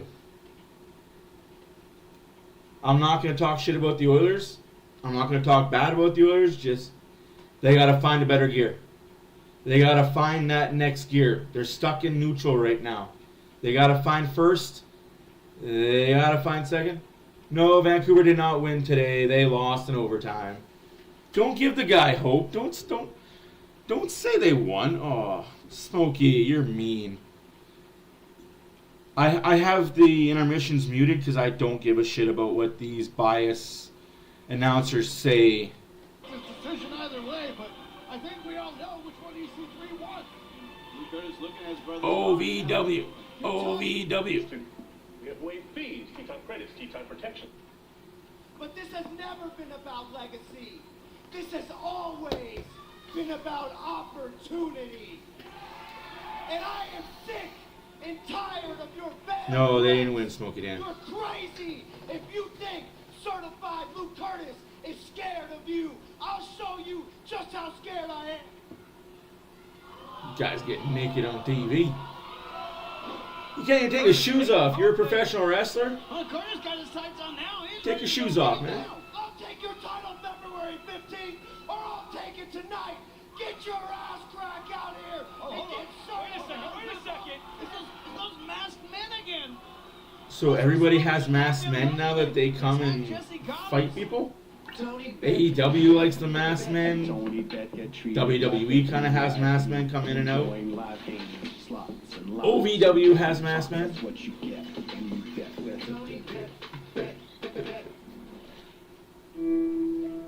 No, bud. No, one bud. sets out to become a refugee. One moment you're in the comfort of your home, like you are now.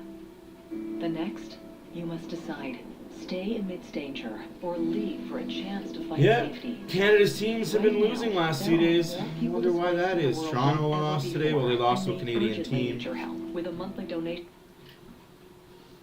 Montreal lost. Vancouver's been a little bit of a losing streak. Calgary's been the only team winning. Don't get me wrong, I would love if Calgary overtook St. Louis or LA for a wild card. That would be a historic thing for Calgary, but again, it's not helping your rebuild, not helping your stadium situation be built.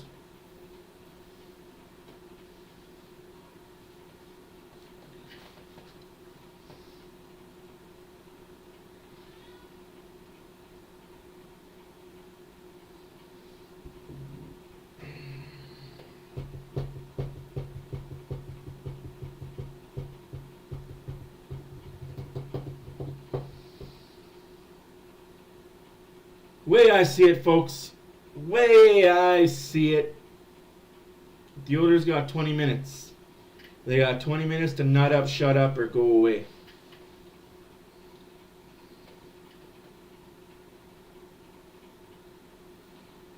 I don't want to watch basketball. I want to watch wrestling. I want to watch Impact in 60.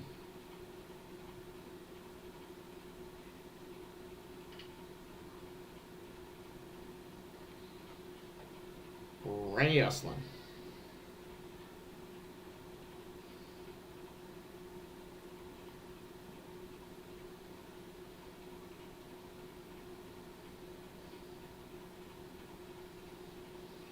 Yep, 2 games for Zuborov. I mean, you can't do that, man. That's a strong defenseman for Vancouver gone.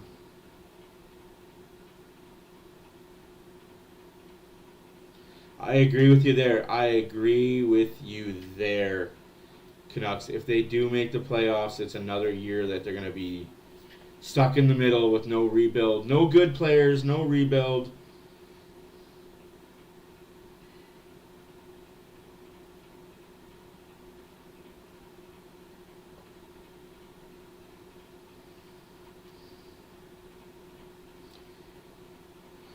Top 3 favorite teams? Oilers, Oilers, and Oilers.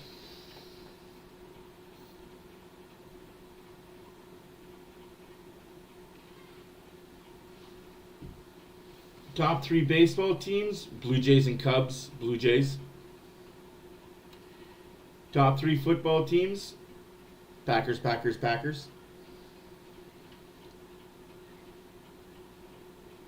Top basketball teams? Mavericks, Suns, Raptors.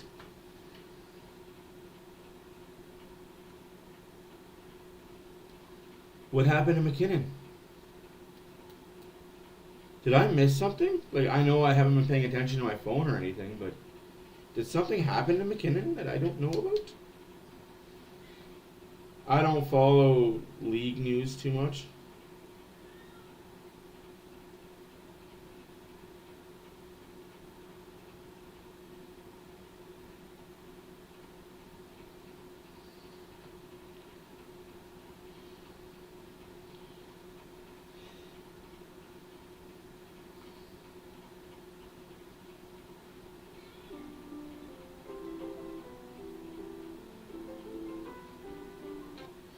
Top 3 teams of any sport. Vegas Golden Knights. In baseball, to me, the New York Yankees. And in basketball, to me, the LA Lakers. Vegas, Lakers, Yankees. All for different reasons.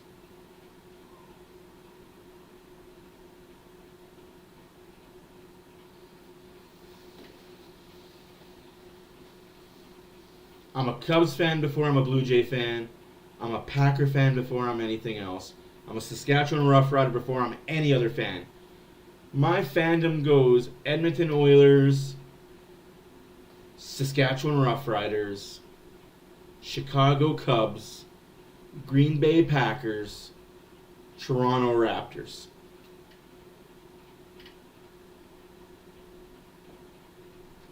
Just the way it is. Just the way it blows, man.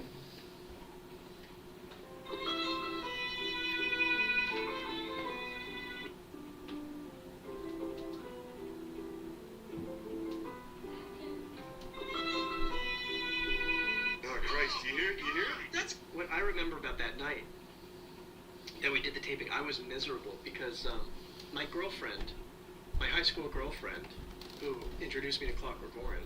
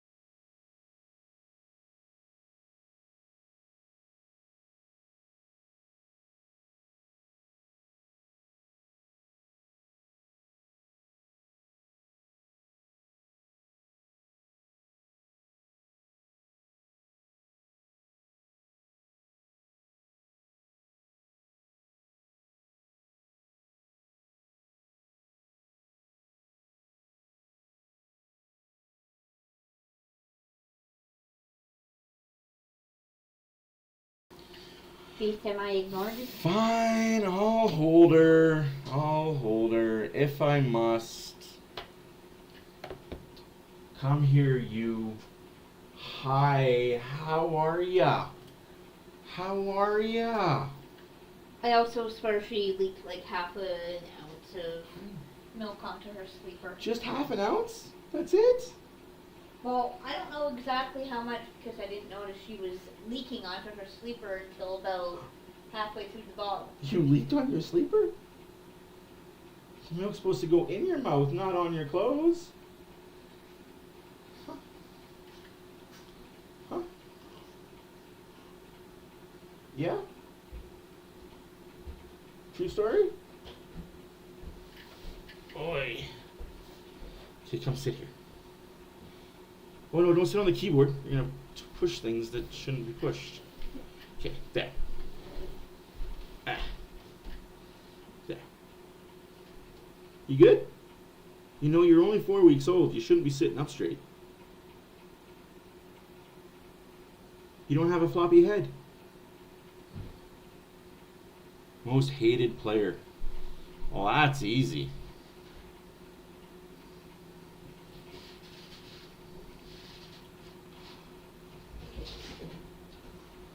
Big size. You can't be tired. You sleep all day. You do 3 things. You eat, you sleep, you poop. That's your life. That is your life. I guess that's what happens when you get old too. You eat, you sleep, you poop.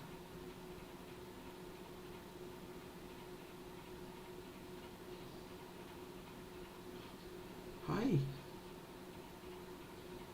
Hi. What are you up to?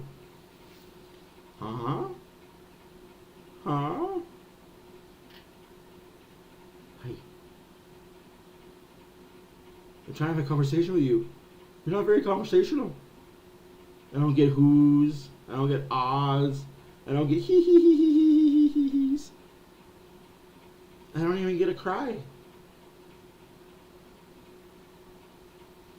What are you staring at?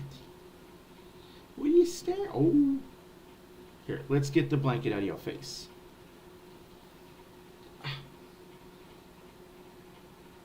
What's on TV? Huh?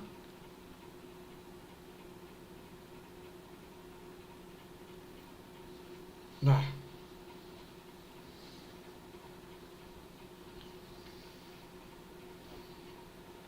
Ugh.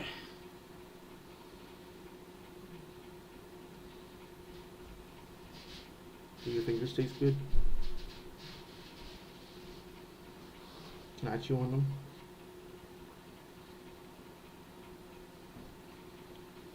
Ugh. Comprehensive coverage. Can I chew on your fingers too?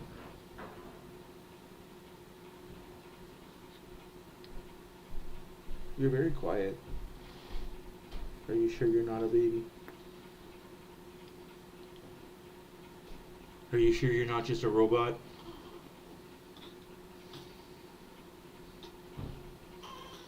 You sure you're just not a robot, an animatronic? Are you an animatronic, baby? You're not real. You're not real, you don't cry.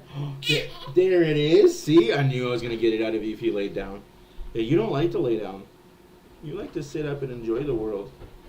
You want to see what's going on.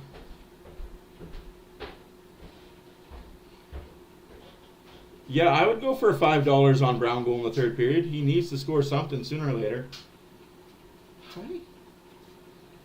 Yeah, she didn't like going down like this. She went down and she went, no way, man. I like sitting upright. Didn't know she showed Grandma and Grandpa how strong her neck was. Oh, she's tough as nails, this one. Yeah. Oh, yeah. Really? Really? Really? You know, you make Daddy turn into a softie. I'm supposed to be a mean guy that nobody likes. I'm supposed to be the get off my lawn guy. Get off my lawn! Yeah, that's what the other one turns you into. Get off my lawn, you're breaking my stuff. And the Oilers, as Scott said, will start with a minute and 6. Yeah, it's been warm in Edmonton the entire time. It's been aggressive and Okay, I'm going to give you the moments. Other than the weekend she was born. up to the task here with all those attempts on net. And on Friday night against the Ducks, Anaheim's defenseman Radulov, for a good portion of the game, was able to ensure. Bye-bye, fly, baby, fly. David, of course, as you mentioned earlier on, 3 Winners get a power play goal!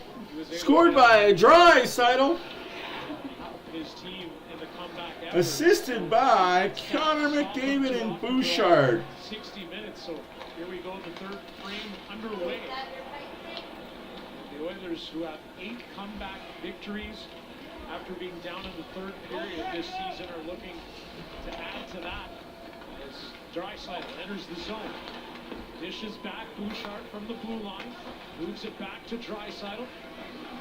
Draisaitl now pressured by Gavrikov, who's all over him. The puck is along the wall.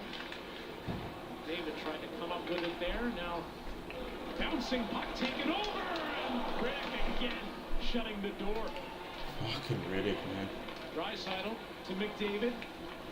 Back to Evan Bouchard. Rising shot off the stick of Thor, and now Bouchard keeps the puck in. Draisaitl. pass was blocked. Kings are back to full strength as Grunstrom comes back out of the ice. The Oilers still with it though. Here's Draisaitl near the net. Pass in front again, getting in the way were the Kings. And this time Grunstrom forces the puck out. Draisaitl takes it, hands it off to Ekholm. Matthias Ekholm tried to stick handle past Grunstrom, couldn't do so. Now McLeod steals, a pass in front again. This time Doughty for the Kings in the way. Here's Warren Fogle now. Moving up. Holloway takes it. Kopitar in the way, but now the pass from Holloway's in between his two defensemen. It might be time to put Forcing Edmonton to turn back. better players on the third and fourth line. Off with a long pass to Holloway. Picked up by Warren Fogle. Puts on the brakes. Knocked to the ice. Puck taken over. Cross check by Doughty in the back of the numbers. And that pass just a bit too far for Kopitar. But if you're Jim Hiller, you have to like what you're seeing. Oh yeah, they're playing well tonight. I'm not taking anything away from the Kings. Nothing at all. The Oilers are just not playing up to their potential. Rangy defenseman. He doesn't really overextend. He kind of hangs in the position, slashes with the stick. He breaks up a lot of plays with the skates and stick, and he did the same thing on those sequences. Edmonton did have a couple good quick-fire chances. The one by Nugent Hopkins, a pop right to him, and he got it away quickly, and Riddick with the left pad made a great save. Things have really been in the passing lanes tonight as Ferrier comes in, and that centering pass over to Anderson Dolan. They couldn't connect. But also Los Angeles, 18 blocks tonight, and the Oilers with just 2. No, Doughty's a piece of shit. No, I'm not even talking hockey-wise. In real life, he's a scumbag. He slept with more than one teammate's wife. I'll say that.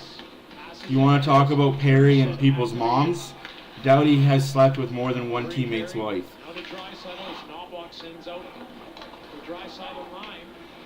Absolutely, Oilers are letting it happen. Here's Kane. Draisaitl parked near the net. Kane, his pass intercepted, and it's Grunstrom making his way out of his zone, forwarding the puck in the Oilers' territory.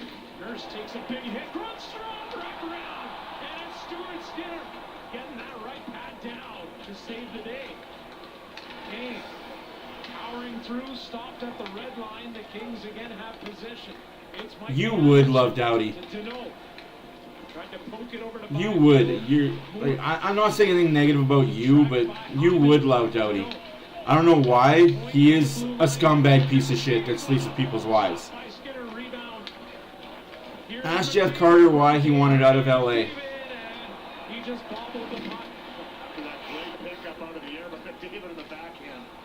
Ask Jared Stoll why he didn't like being around Doughty for any team events.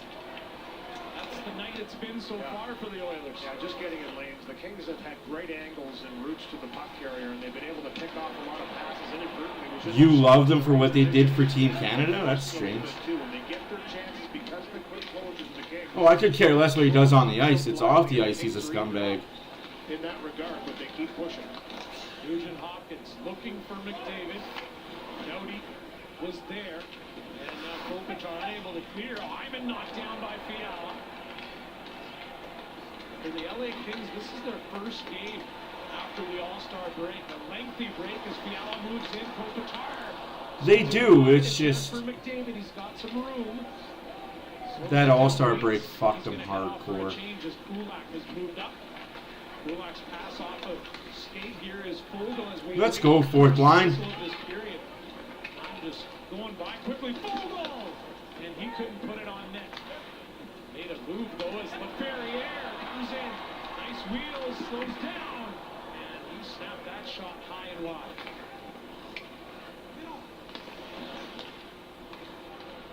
Here's Anderson Dolan, sends it in. 14:22 left to go in the game. Oilers still down 2-0. Oilers are 0 on the power play. Holloway now, flipping the puck into the corner. Anderson there, LaFerriere. Now he moves it. No, well, not as bad as Mike Conley, no, but kinda, because the difference is Drew Doughty's wife isn't worth $1 billion. like Eric Comrie's wife was worth when he cheated on her.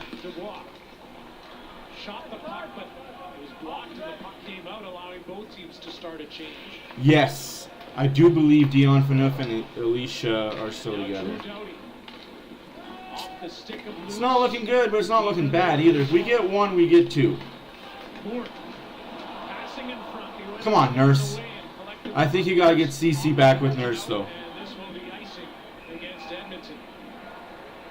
That's very true, Renegade. Very true. Here's the one chance in the power play. Goes off the chest of Moore. A little backhand pass by Hyman Nugent Hopkins. The quick release denied by Riddick. Here's Grunstrom on the forecheck. That'll blasters. Nurse into the boards and finds that puck. Great save by Skinner. Big hit by Desharnais. Stay strong on it. And then this is the pickup I was talking about. But David, he knocks it out of the air. And then as he comes across the line, he just bobbles that puck. It's happened a few times. So one of you peeps want to talk about the Oilers are not going to show up for the rest of the game. I got lots to talk about. I got a lot on my mind. This is a second of a back-to-back for the Edmonton Oilers. Gavrikov gets to the puck.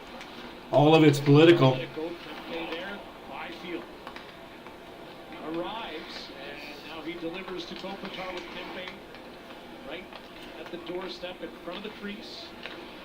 Roy Nice. to Gavrikov. He puts it on net. Skinner there. They scored. It's Byfield. Like I said, you got to get Desharnais.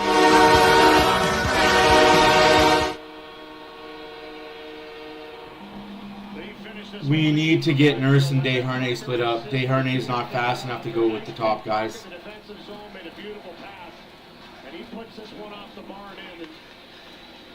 Good patience here by Kopitar. Sets up shot behind the net, and they work it around. And this shot will come through the traffic, go off the skate, right to Byfield after being on the half wall, funnels himself to the net, stick down. Still time left. No mistake with that one, elevating up. So their team can come back. Still time left. Skinner recognizes it, gets across, but can't take that. Like I said in my post-game video of the Anaheim Duck game, Nurse is a bad defenseman to play with because you never know where he is at any time, at any shift. Edmonton Oilers look of frustration on one bench and all smiles at the. You can't see it. I can. I can see a comeback happening. Still lots of game left. It's unlikely, but still lots of game.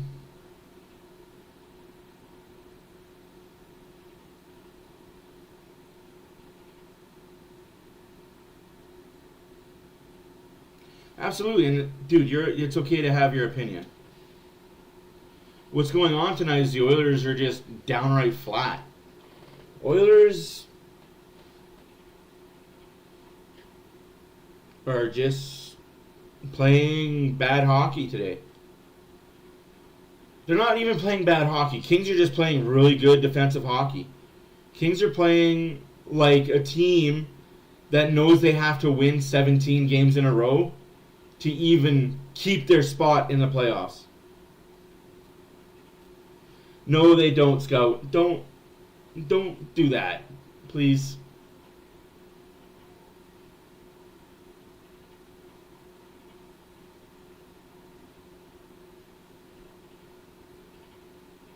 Where did our mojo go?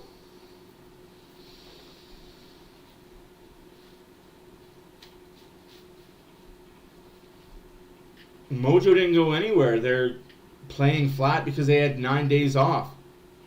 It happens.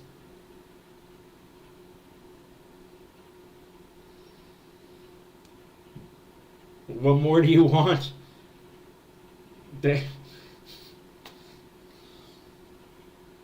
You can't win them. You can't win them all, but you can't go into the game thinking they're going to lose either. And that's my point that I keep making to people. And I will make this point privately and I will make this point publicly. If you go into the game saying they're going to lose, fuck you. Even if you think it, fuck you. You got to be an Oiler fan going into the game thinking they're going to win every game. Obviously, they're not going to win every game. Obviously, they're not going to go 82-0. But you have to go into every game thinking they're the better team.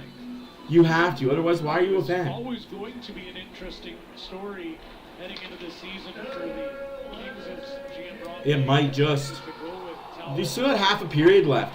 Half a period. Load up Draisaitl with McDavid. Insurance man, and he's put the stamp on it this season. Double shift McDavid and Draisaitl if you have to. We're off till Tuesday in Edmonton. Start the year. Devin Bouchard putting it on target. And Talbot was a huge part of that, why he was an all-star, and then things just started to go off the rails for the Kings. Obviously, the coaching change, only 5 wins since that point in time coming. Not for what they want in return. And Dave Riddick has just been the guy that's come in. And just If you trade CC, you better be getting a guy like Tanev back. chance to win. Phoenix Copley's been out since December 19th, a span of 22 games. I wasn't bitching unfiltered. Like, the fact that you took that personally just shows what kind of character you have. Connor Brown, and that one is sent wide. Looking for his first as an Oiler. And now it's Pretty good. Like, dude, the fact that you took that personally when I made a general statement.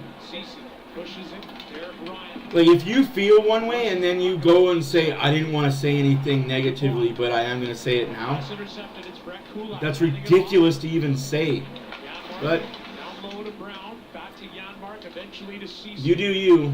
Cece Under breath comments. moves it ahead. Gets past Roy. Dubois with a big hit on Kulak, who goes down. But then you said, but that's what I mean. You said I wasn't going to say that and I didn't think, I thought that, Janmark had to move up Man. in front, unable to do so, but stayed with weird. it. Weird under breath comments. Navrakov pushes it. Roy takes It's all it. good. And I go into every game thinking they're going to win. hit from Kulak all the way back. I don't make under breath comments, dude. I have my receipts in my chats with you. I can receipt everything that I've said to you in chat. Can you do the same? Again to approach the midway. I have receipts for everything I've said private chats to everybody. Edmonton down. That I go into every Oiler game thinking they're going to win. Done it before, as we mentioned earlier, third period comebacks. They do have 8 of them. Puck lifted out, waiting for it to drop was Moore. Nurse sent it to McLeod, and Ryan McLeod now. Working his way through neutral ice, McLeod. Why would you hate on the home Goes a team? step ahead, and the Oilers are called on the offside. Good control on the line by the But why would you hate on your own team? I don't get that. Like saying it's a tough game, absolutely. Every game on the back-to-back is a tough game.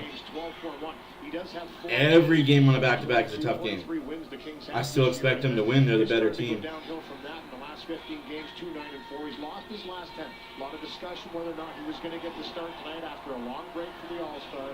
He was an All-Star obviously there, but they felt David Riddick had earned that start after the break. And you know, when your chance comes, you grab onto it. That's exactly what Dave Riddick has done. You heard Kelly Rudy talk about it at the start of the telecast. I mean, he had to battle his way back to the National Hockey League, and now he's given some life to this Los Angeles Kings team after a coaching. Not really damn Oilers. LA has just played a perfect home game. Oilers had chances. Can't score on a goalie that they're not really peppering too hard. Can't blame anything but the Oilers. The Kings playing a hell of a game. I will give the devil their due. D to Mikey Anderson. Now Ferrier moves it to Lewis. Off to Dubois, who has a goal tonight. Doughty, no look pass to Lewis. Lewis lurking near the net. Dubois takes it. Why wouldn't it be 3-on-3? It's Lewis knocked down by Why wouldn't the Oilers be able to come back? Takes one. You score 1, you score 2, you score 2, you score 3. Looks like we've got some more rough stuff here developing in front of the Oilers bench. You guys should just turn the TV off, then if you don't think the Oilers are coming back, turn it off. It's getting a little more physical, a little more nasty, a lot of discussions over the bench for the Oilers here. Here's Dubois, a little reverse hit here on Kulak, stepping down, pays the price.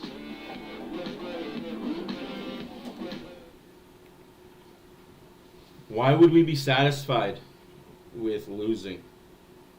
I don't get that sentiment. It's not arrogant at all. It's not arrogant to think your team should go in winning every game.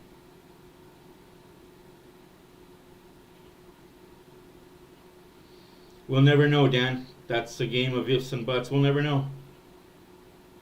I think it was the right thing to have him play last night and Skinner play tonight. Have Skinner play the better team.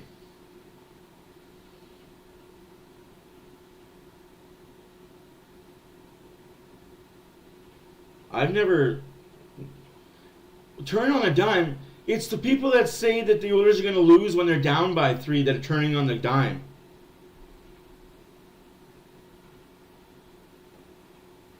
General statements, absolutely, general statements.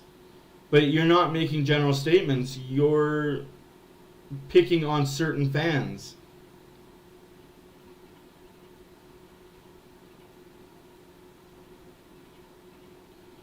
I just don't get... My thing is, I don't understand if you're an Oiler fan, you want them to win every night. You should see them winning every night. And when they don't, you should be mad at it.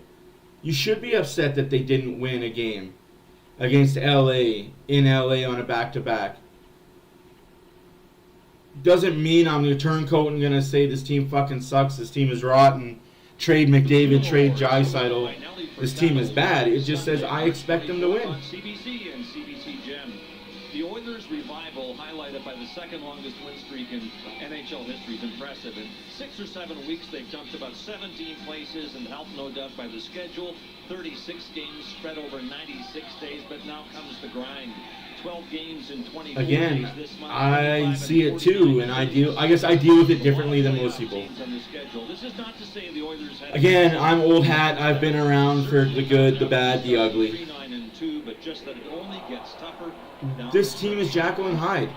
Scott, Chris Knobloch now putting together Draisaitl and McDavid. Hopes of sparking some offense here for the Oilers. Which is fair. Feed all the way across over to Me personally, if the Oilers score 1 goal in the next 2 minutes, they're going to get 3 in the next 9.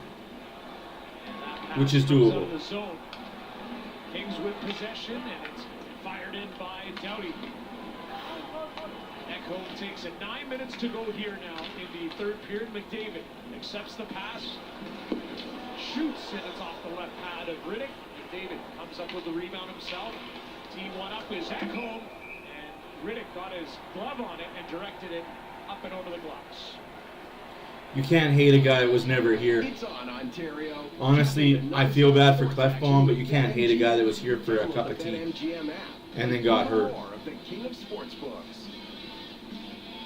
This last save by David Riddick, kind of a little comical the way he looked at his glove afterwards. A little knuckle puck by the shot by Ekholm, and he looked at his glove and was like... I didn't hate on Clefbaum. I didn't like the politics behind his decisions, but hey, he got paid.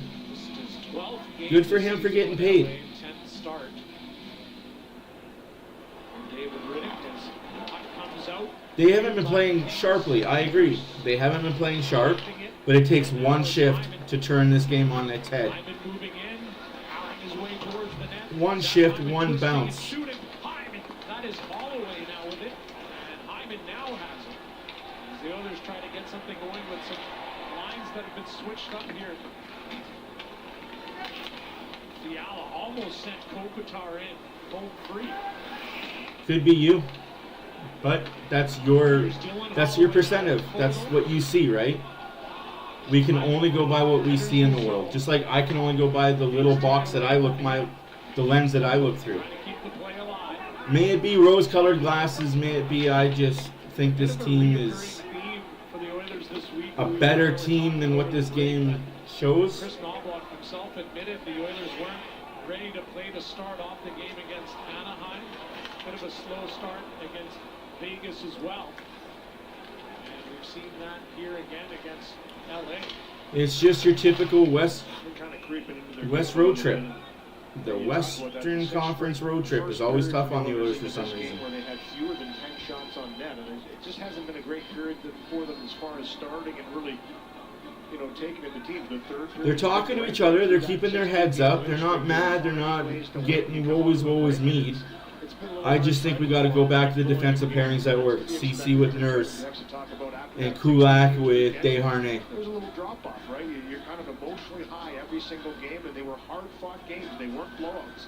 Every single game seemed to be contested right to That's the the thing. These games aren't blowout games. Thank you, Louis, for being somewhat of a smart supporter. Back and credit the Kings. I mean, listen, they had 9 days off. They come in for their first game under Jim Hiller, and it came to play.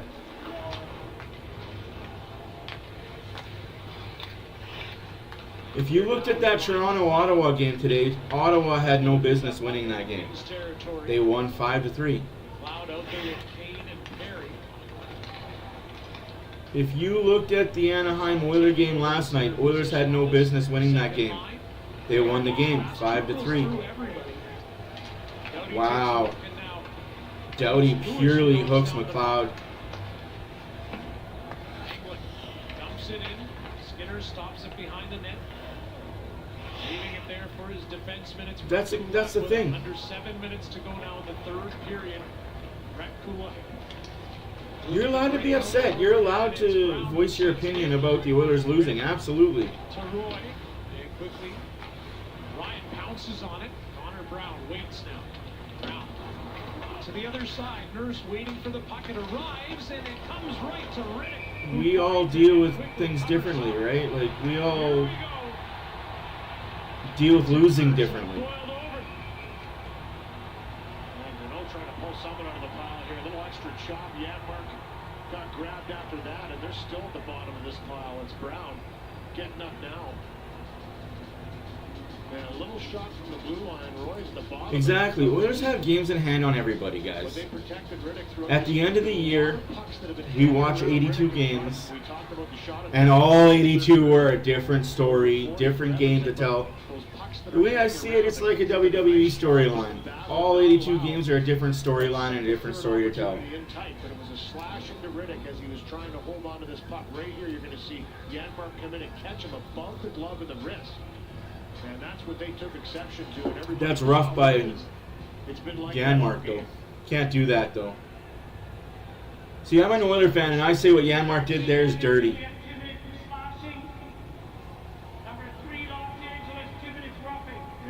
Coincidentals and not a bad penalty for Roy to take. I mean, obviously Janmark just whacking the goaltender, a guy that's had a good, strong game, trying to buzz the tower a little bit. He paid a little bit of a... I agree, Mini Hockey. It's disappointing to watch this team know how good this team is, and this is the effort that they put forth. It's disappointing. I hear you on that. Made a guy pay the price for being physical on his... I agree, Michael, but those don't happen anymore. Third and fourth games, one of them coming up. Yeah, if I was Vegas, I'd get away from Edmonton too. In Edmonton, and then March 28th. If I was Vegas, I would do my best to get away from the Oilers in the playoffs. Because right now they're just trying to find the three lines that works. I'm sorry to tell the fourth line, whoever it is, may it be Janmark, McLeod, Fogle, Holloway, that fourth line's not playing the playoffs. The Oilers have three lines that they're going to roll, and roll heavy. McDavid twisting, still with it, hands it off. Echo, deep shoots, bring the save, but it bounced over top. McDavid tried to hand it over to Draisaitl. McDavid has it. Doughty with a cross-check in the numbers. Over to Draisaitl now. Lots of interference going on there. Doughty with his stick in the mid. Like, fuck off, Rav! Call something, you stupid fuck! He's the best player in the fucking league! Doughty, you old piece of shit!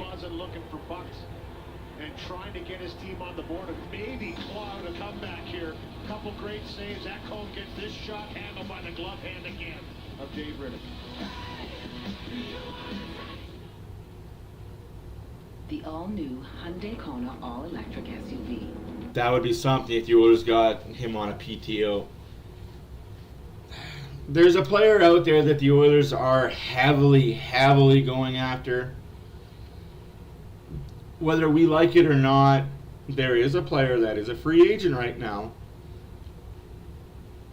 He just needs to be willing to take what Perry took.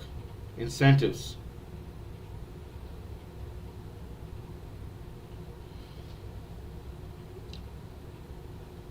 It sucks that Phil Kessel still thinks he's worth $3 million.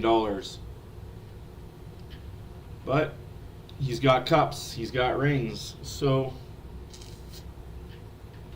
he's of course going to think he's worth that money.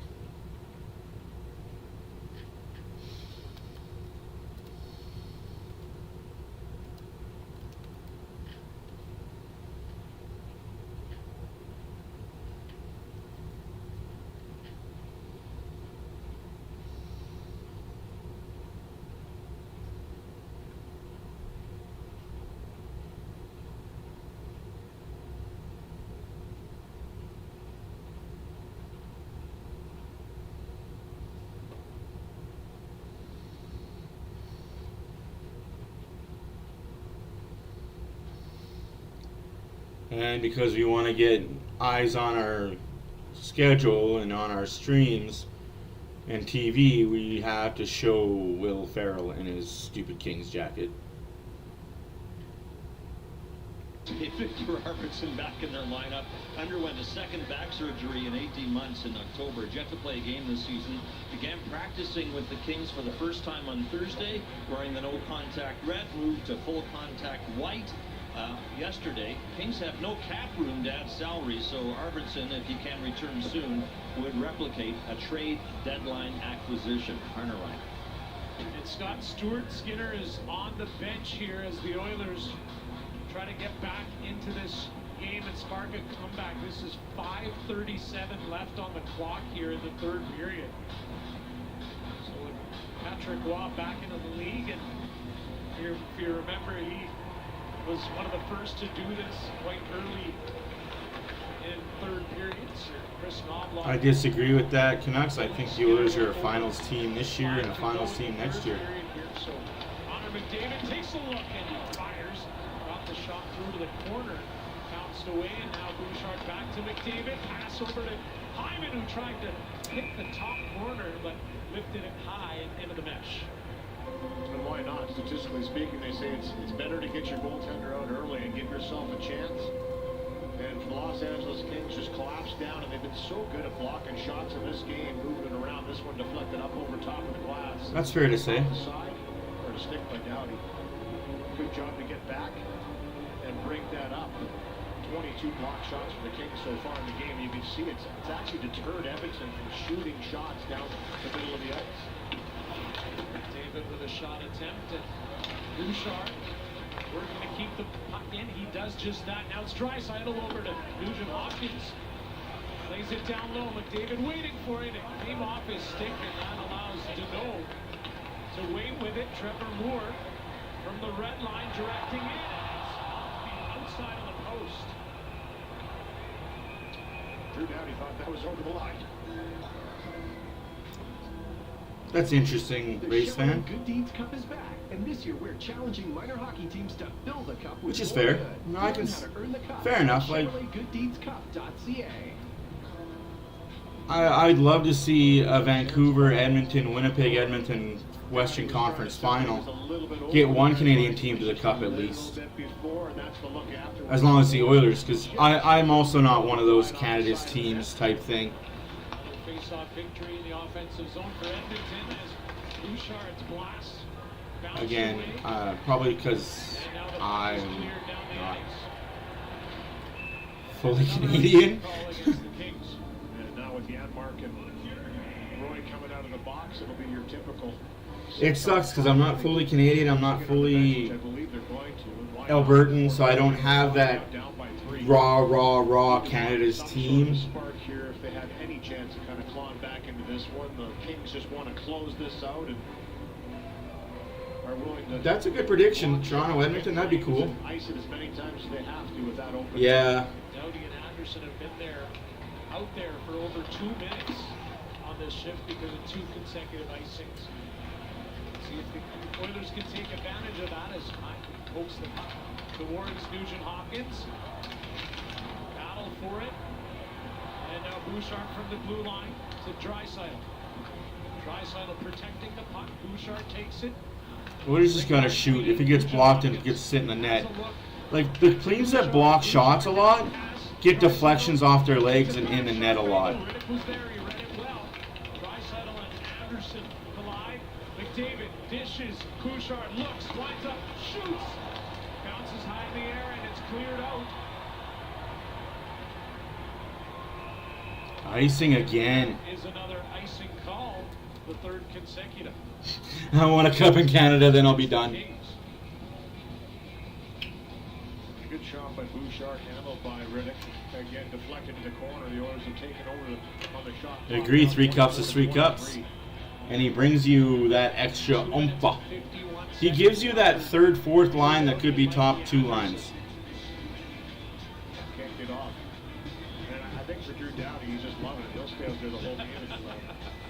Well, he's averaging the NHL high time on ice 25:59 per game, and that's no surprise. That 16th year in the league is just incredible. Not getting any younger, but he certainly doesn't show it. He can play a ton of minutes. You need a do-over in the face-off circle. Draisaitl set up against Deneau. It sounds like Kessel's going to sign with another American team. He likes his warm states. Hopkins and Bouchard. Evander Kane playing in his 900th career NHL game. I disagree with that, Kimo. I don't think it's good teams. I don't think the teams matter. I think that break mattered. Stupid All-Star. Why a 9-day All-Star break though? Why? That makes no goddamn sense. The All-Star break is 2 days. Saturday fucking Sunday. Friday, Saturday. Why? Why have 9 days? The league needs to be better, do better with their scheduling. Actually goes off the shin pad of Roy and into Riddick, who makes the save. That puck dropped en route to the net after 3:06 on the ice for Drew Doughty. He finally gets a break on the bench. Smile there for Drew Doughty. I don't think he was huffing that much. Kimo, that's so wrong. Flipping it forward. I get what you're saying, but that's wrong. Up to the bench. This puck escapes a souvenir here for a fan at Crypto.com Arena. Deflected off an Oilers stick. Up over top of the glass. Skinner was in the net once again. And looks like he's going to stay there with an offensive zone face-off to the left of Riddick. They played the Rangers, top fucking team. They beat Vegas, top fucking team. They played Seattle when they were good. They played LA when they were good. They played...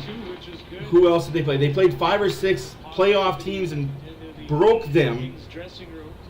So I don't want to hear that in their 16 games they didn't play anybody good. Please go look at the Pittsburgh Penguins schedule and who they beat when they broke their record. They played a bunch of ho-dunk, non-playoff teams. I'm just saying, like that. I don't like the narrative, and that narrative just irks me. Non-playoff team, non-compete teams. Vancouver plays those same teams. They don't have the streak. Toronto plays those same teams. They don't have a streak. Vegas plays those same teams. They don't have a streak. Rangers play those same teams. They don't have a streak.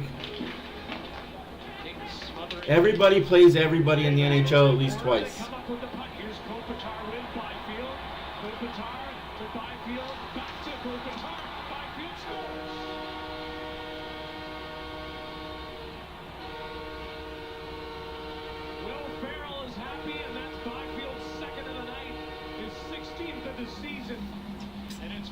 Wow, that sucks. But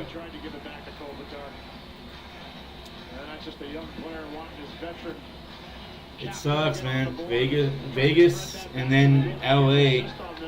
This game hurts more than the Vegas one because the Oilers didn't even show up in this one.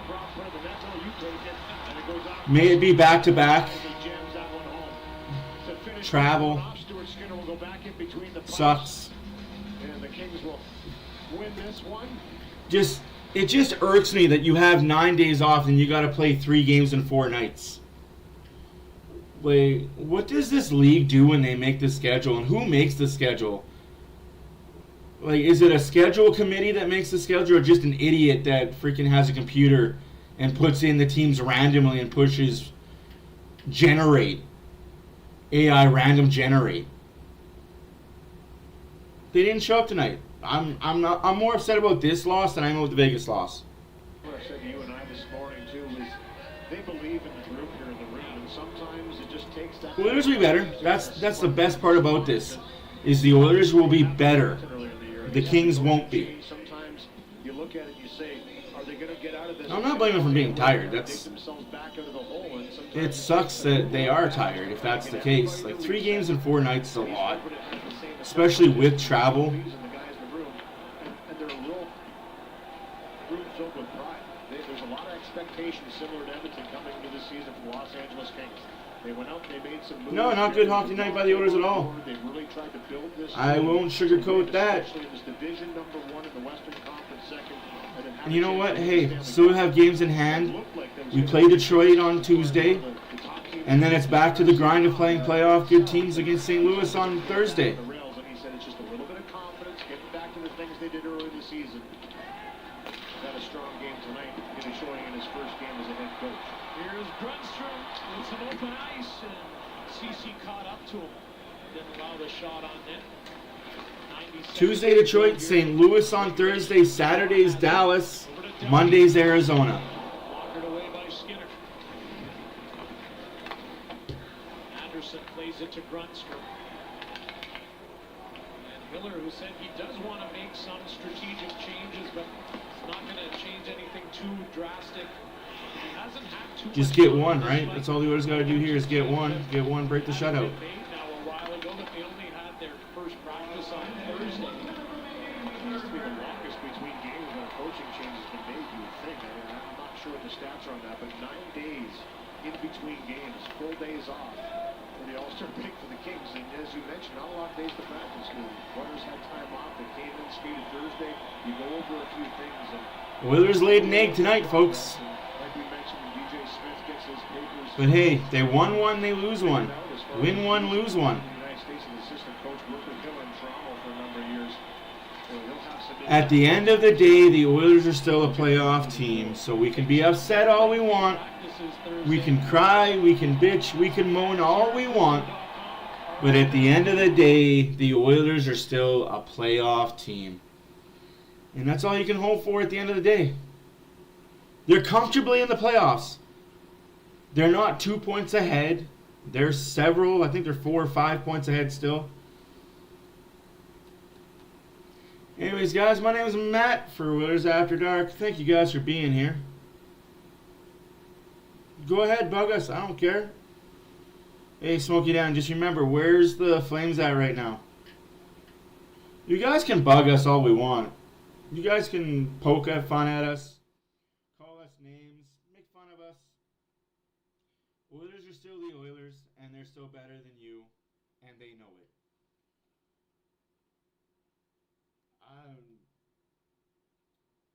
Hey guys, it sucks that the Oilers lost. It sucks that they got shut out. Terrible game. They're allowed to have them. Colorado's had 4 terrible games in a row. Toronto had a terrible game today. Boston had a terrible game a couple days ago.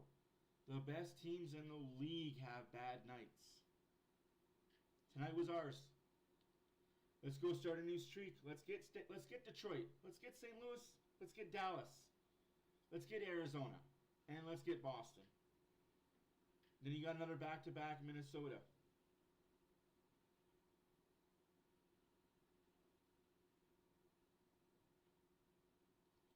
No, I'm not muted. I just turned my mic down. Because I was pretty loud. Anyways, guys, my name is Matt for Oilers After Dark. Thank you for watching. Don't forget the subscribe button. Hit the like button. We'll see you in the next video. I think the Oilers are going to go streaking again. It's just a matter of time. They can't be worse than this one. They can't be worse than this one.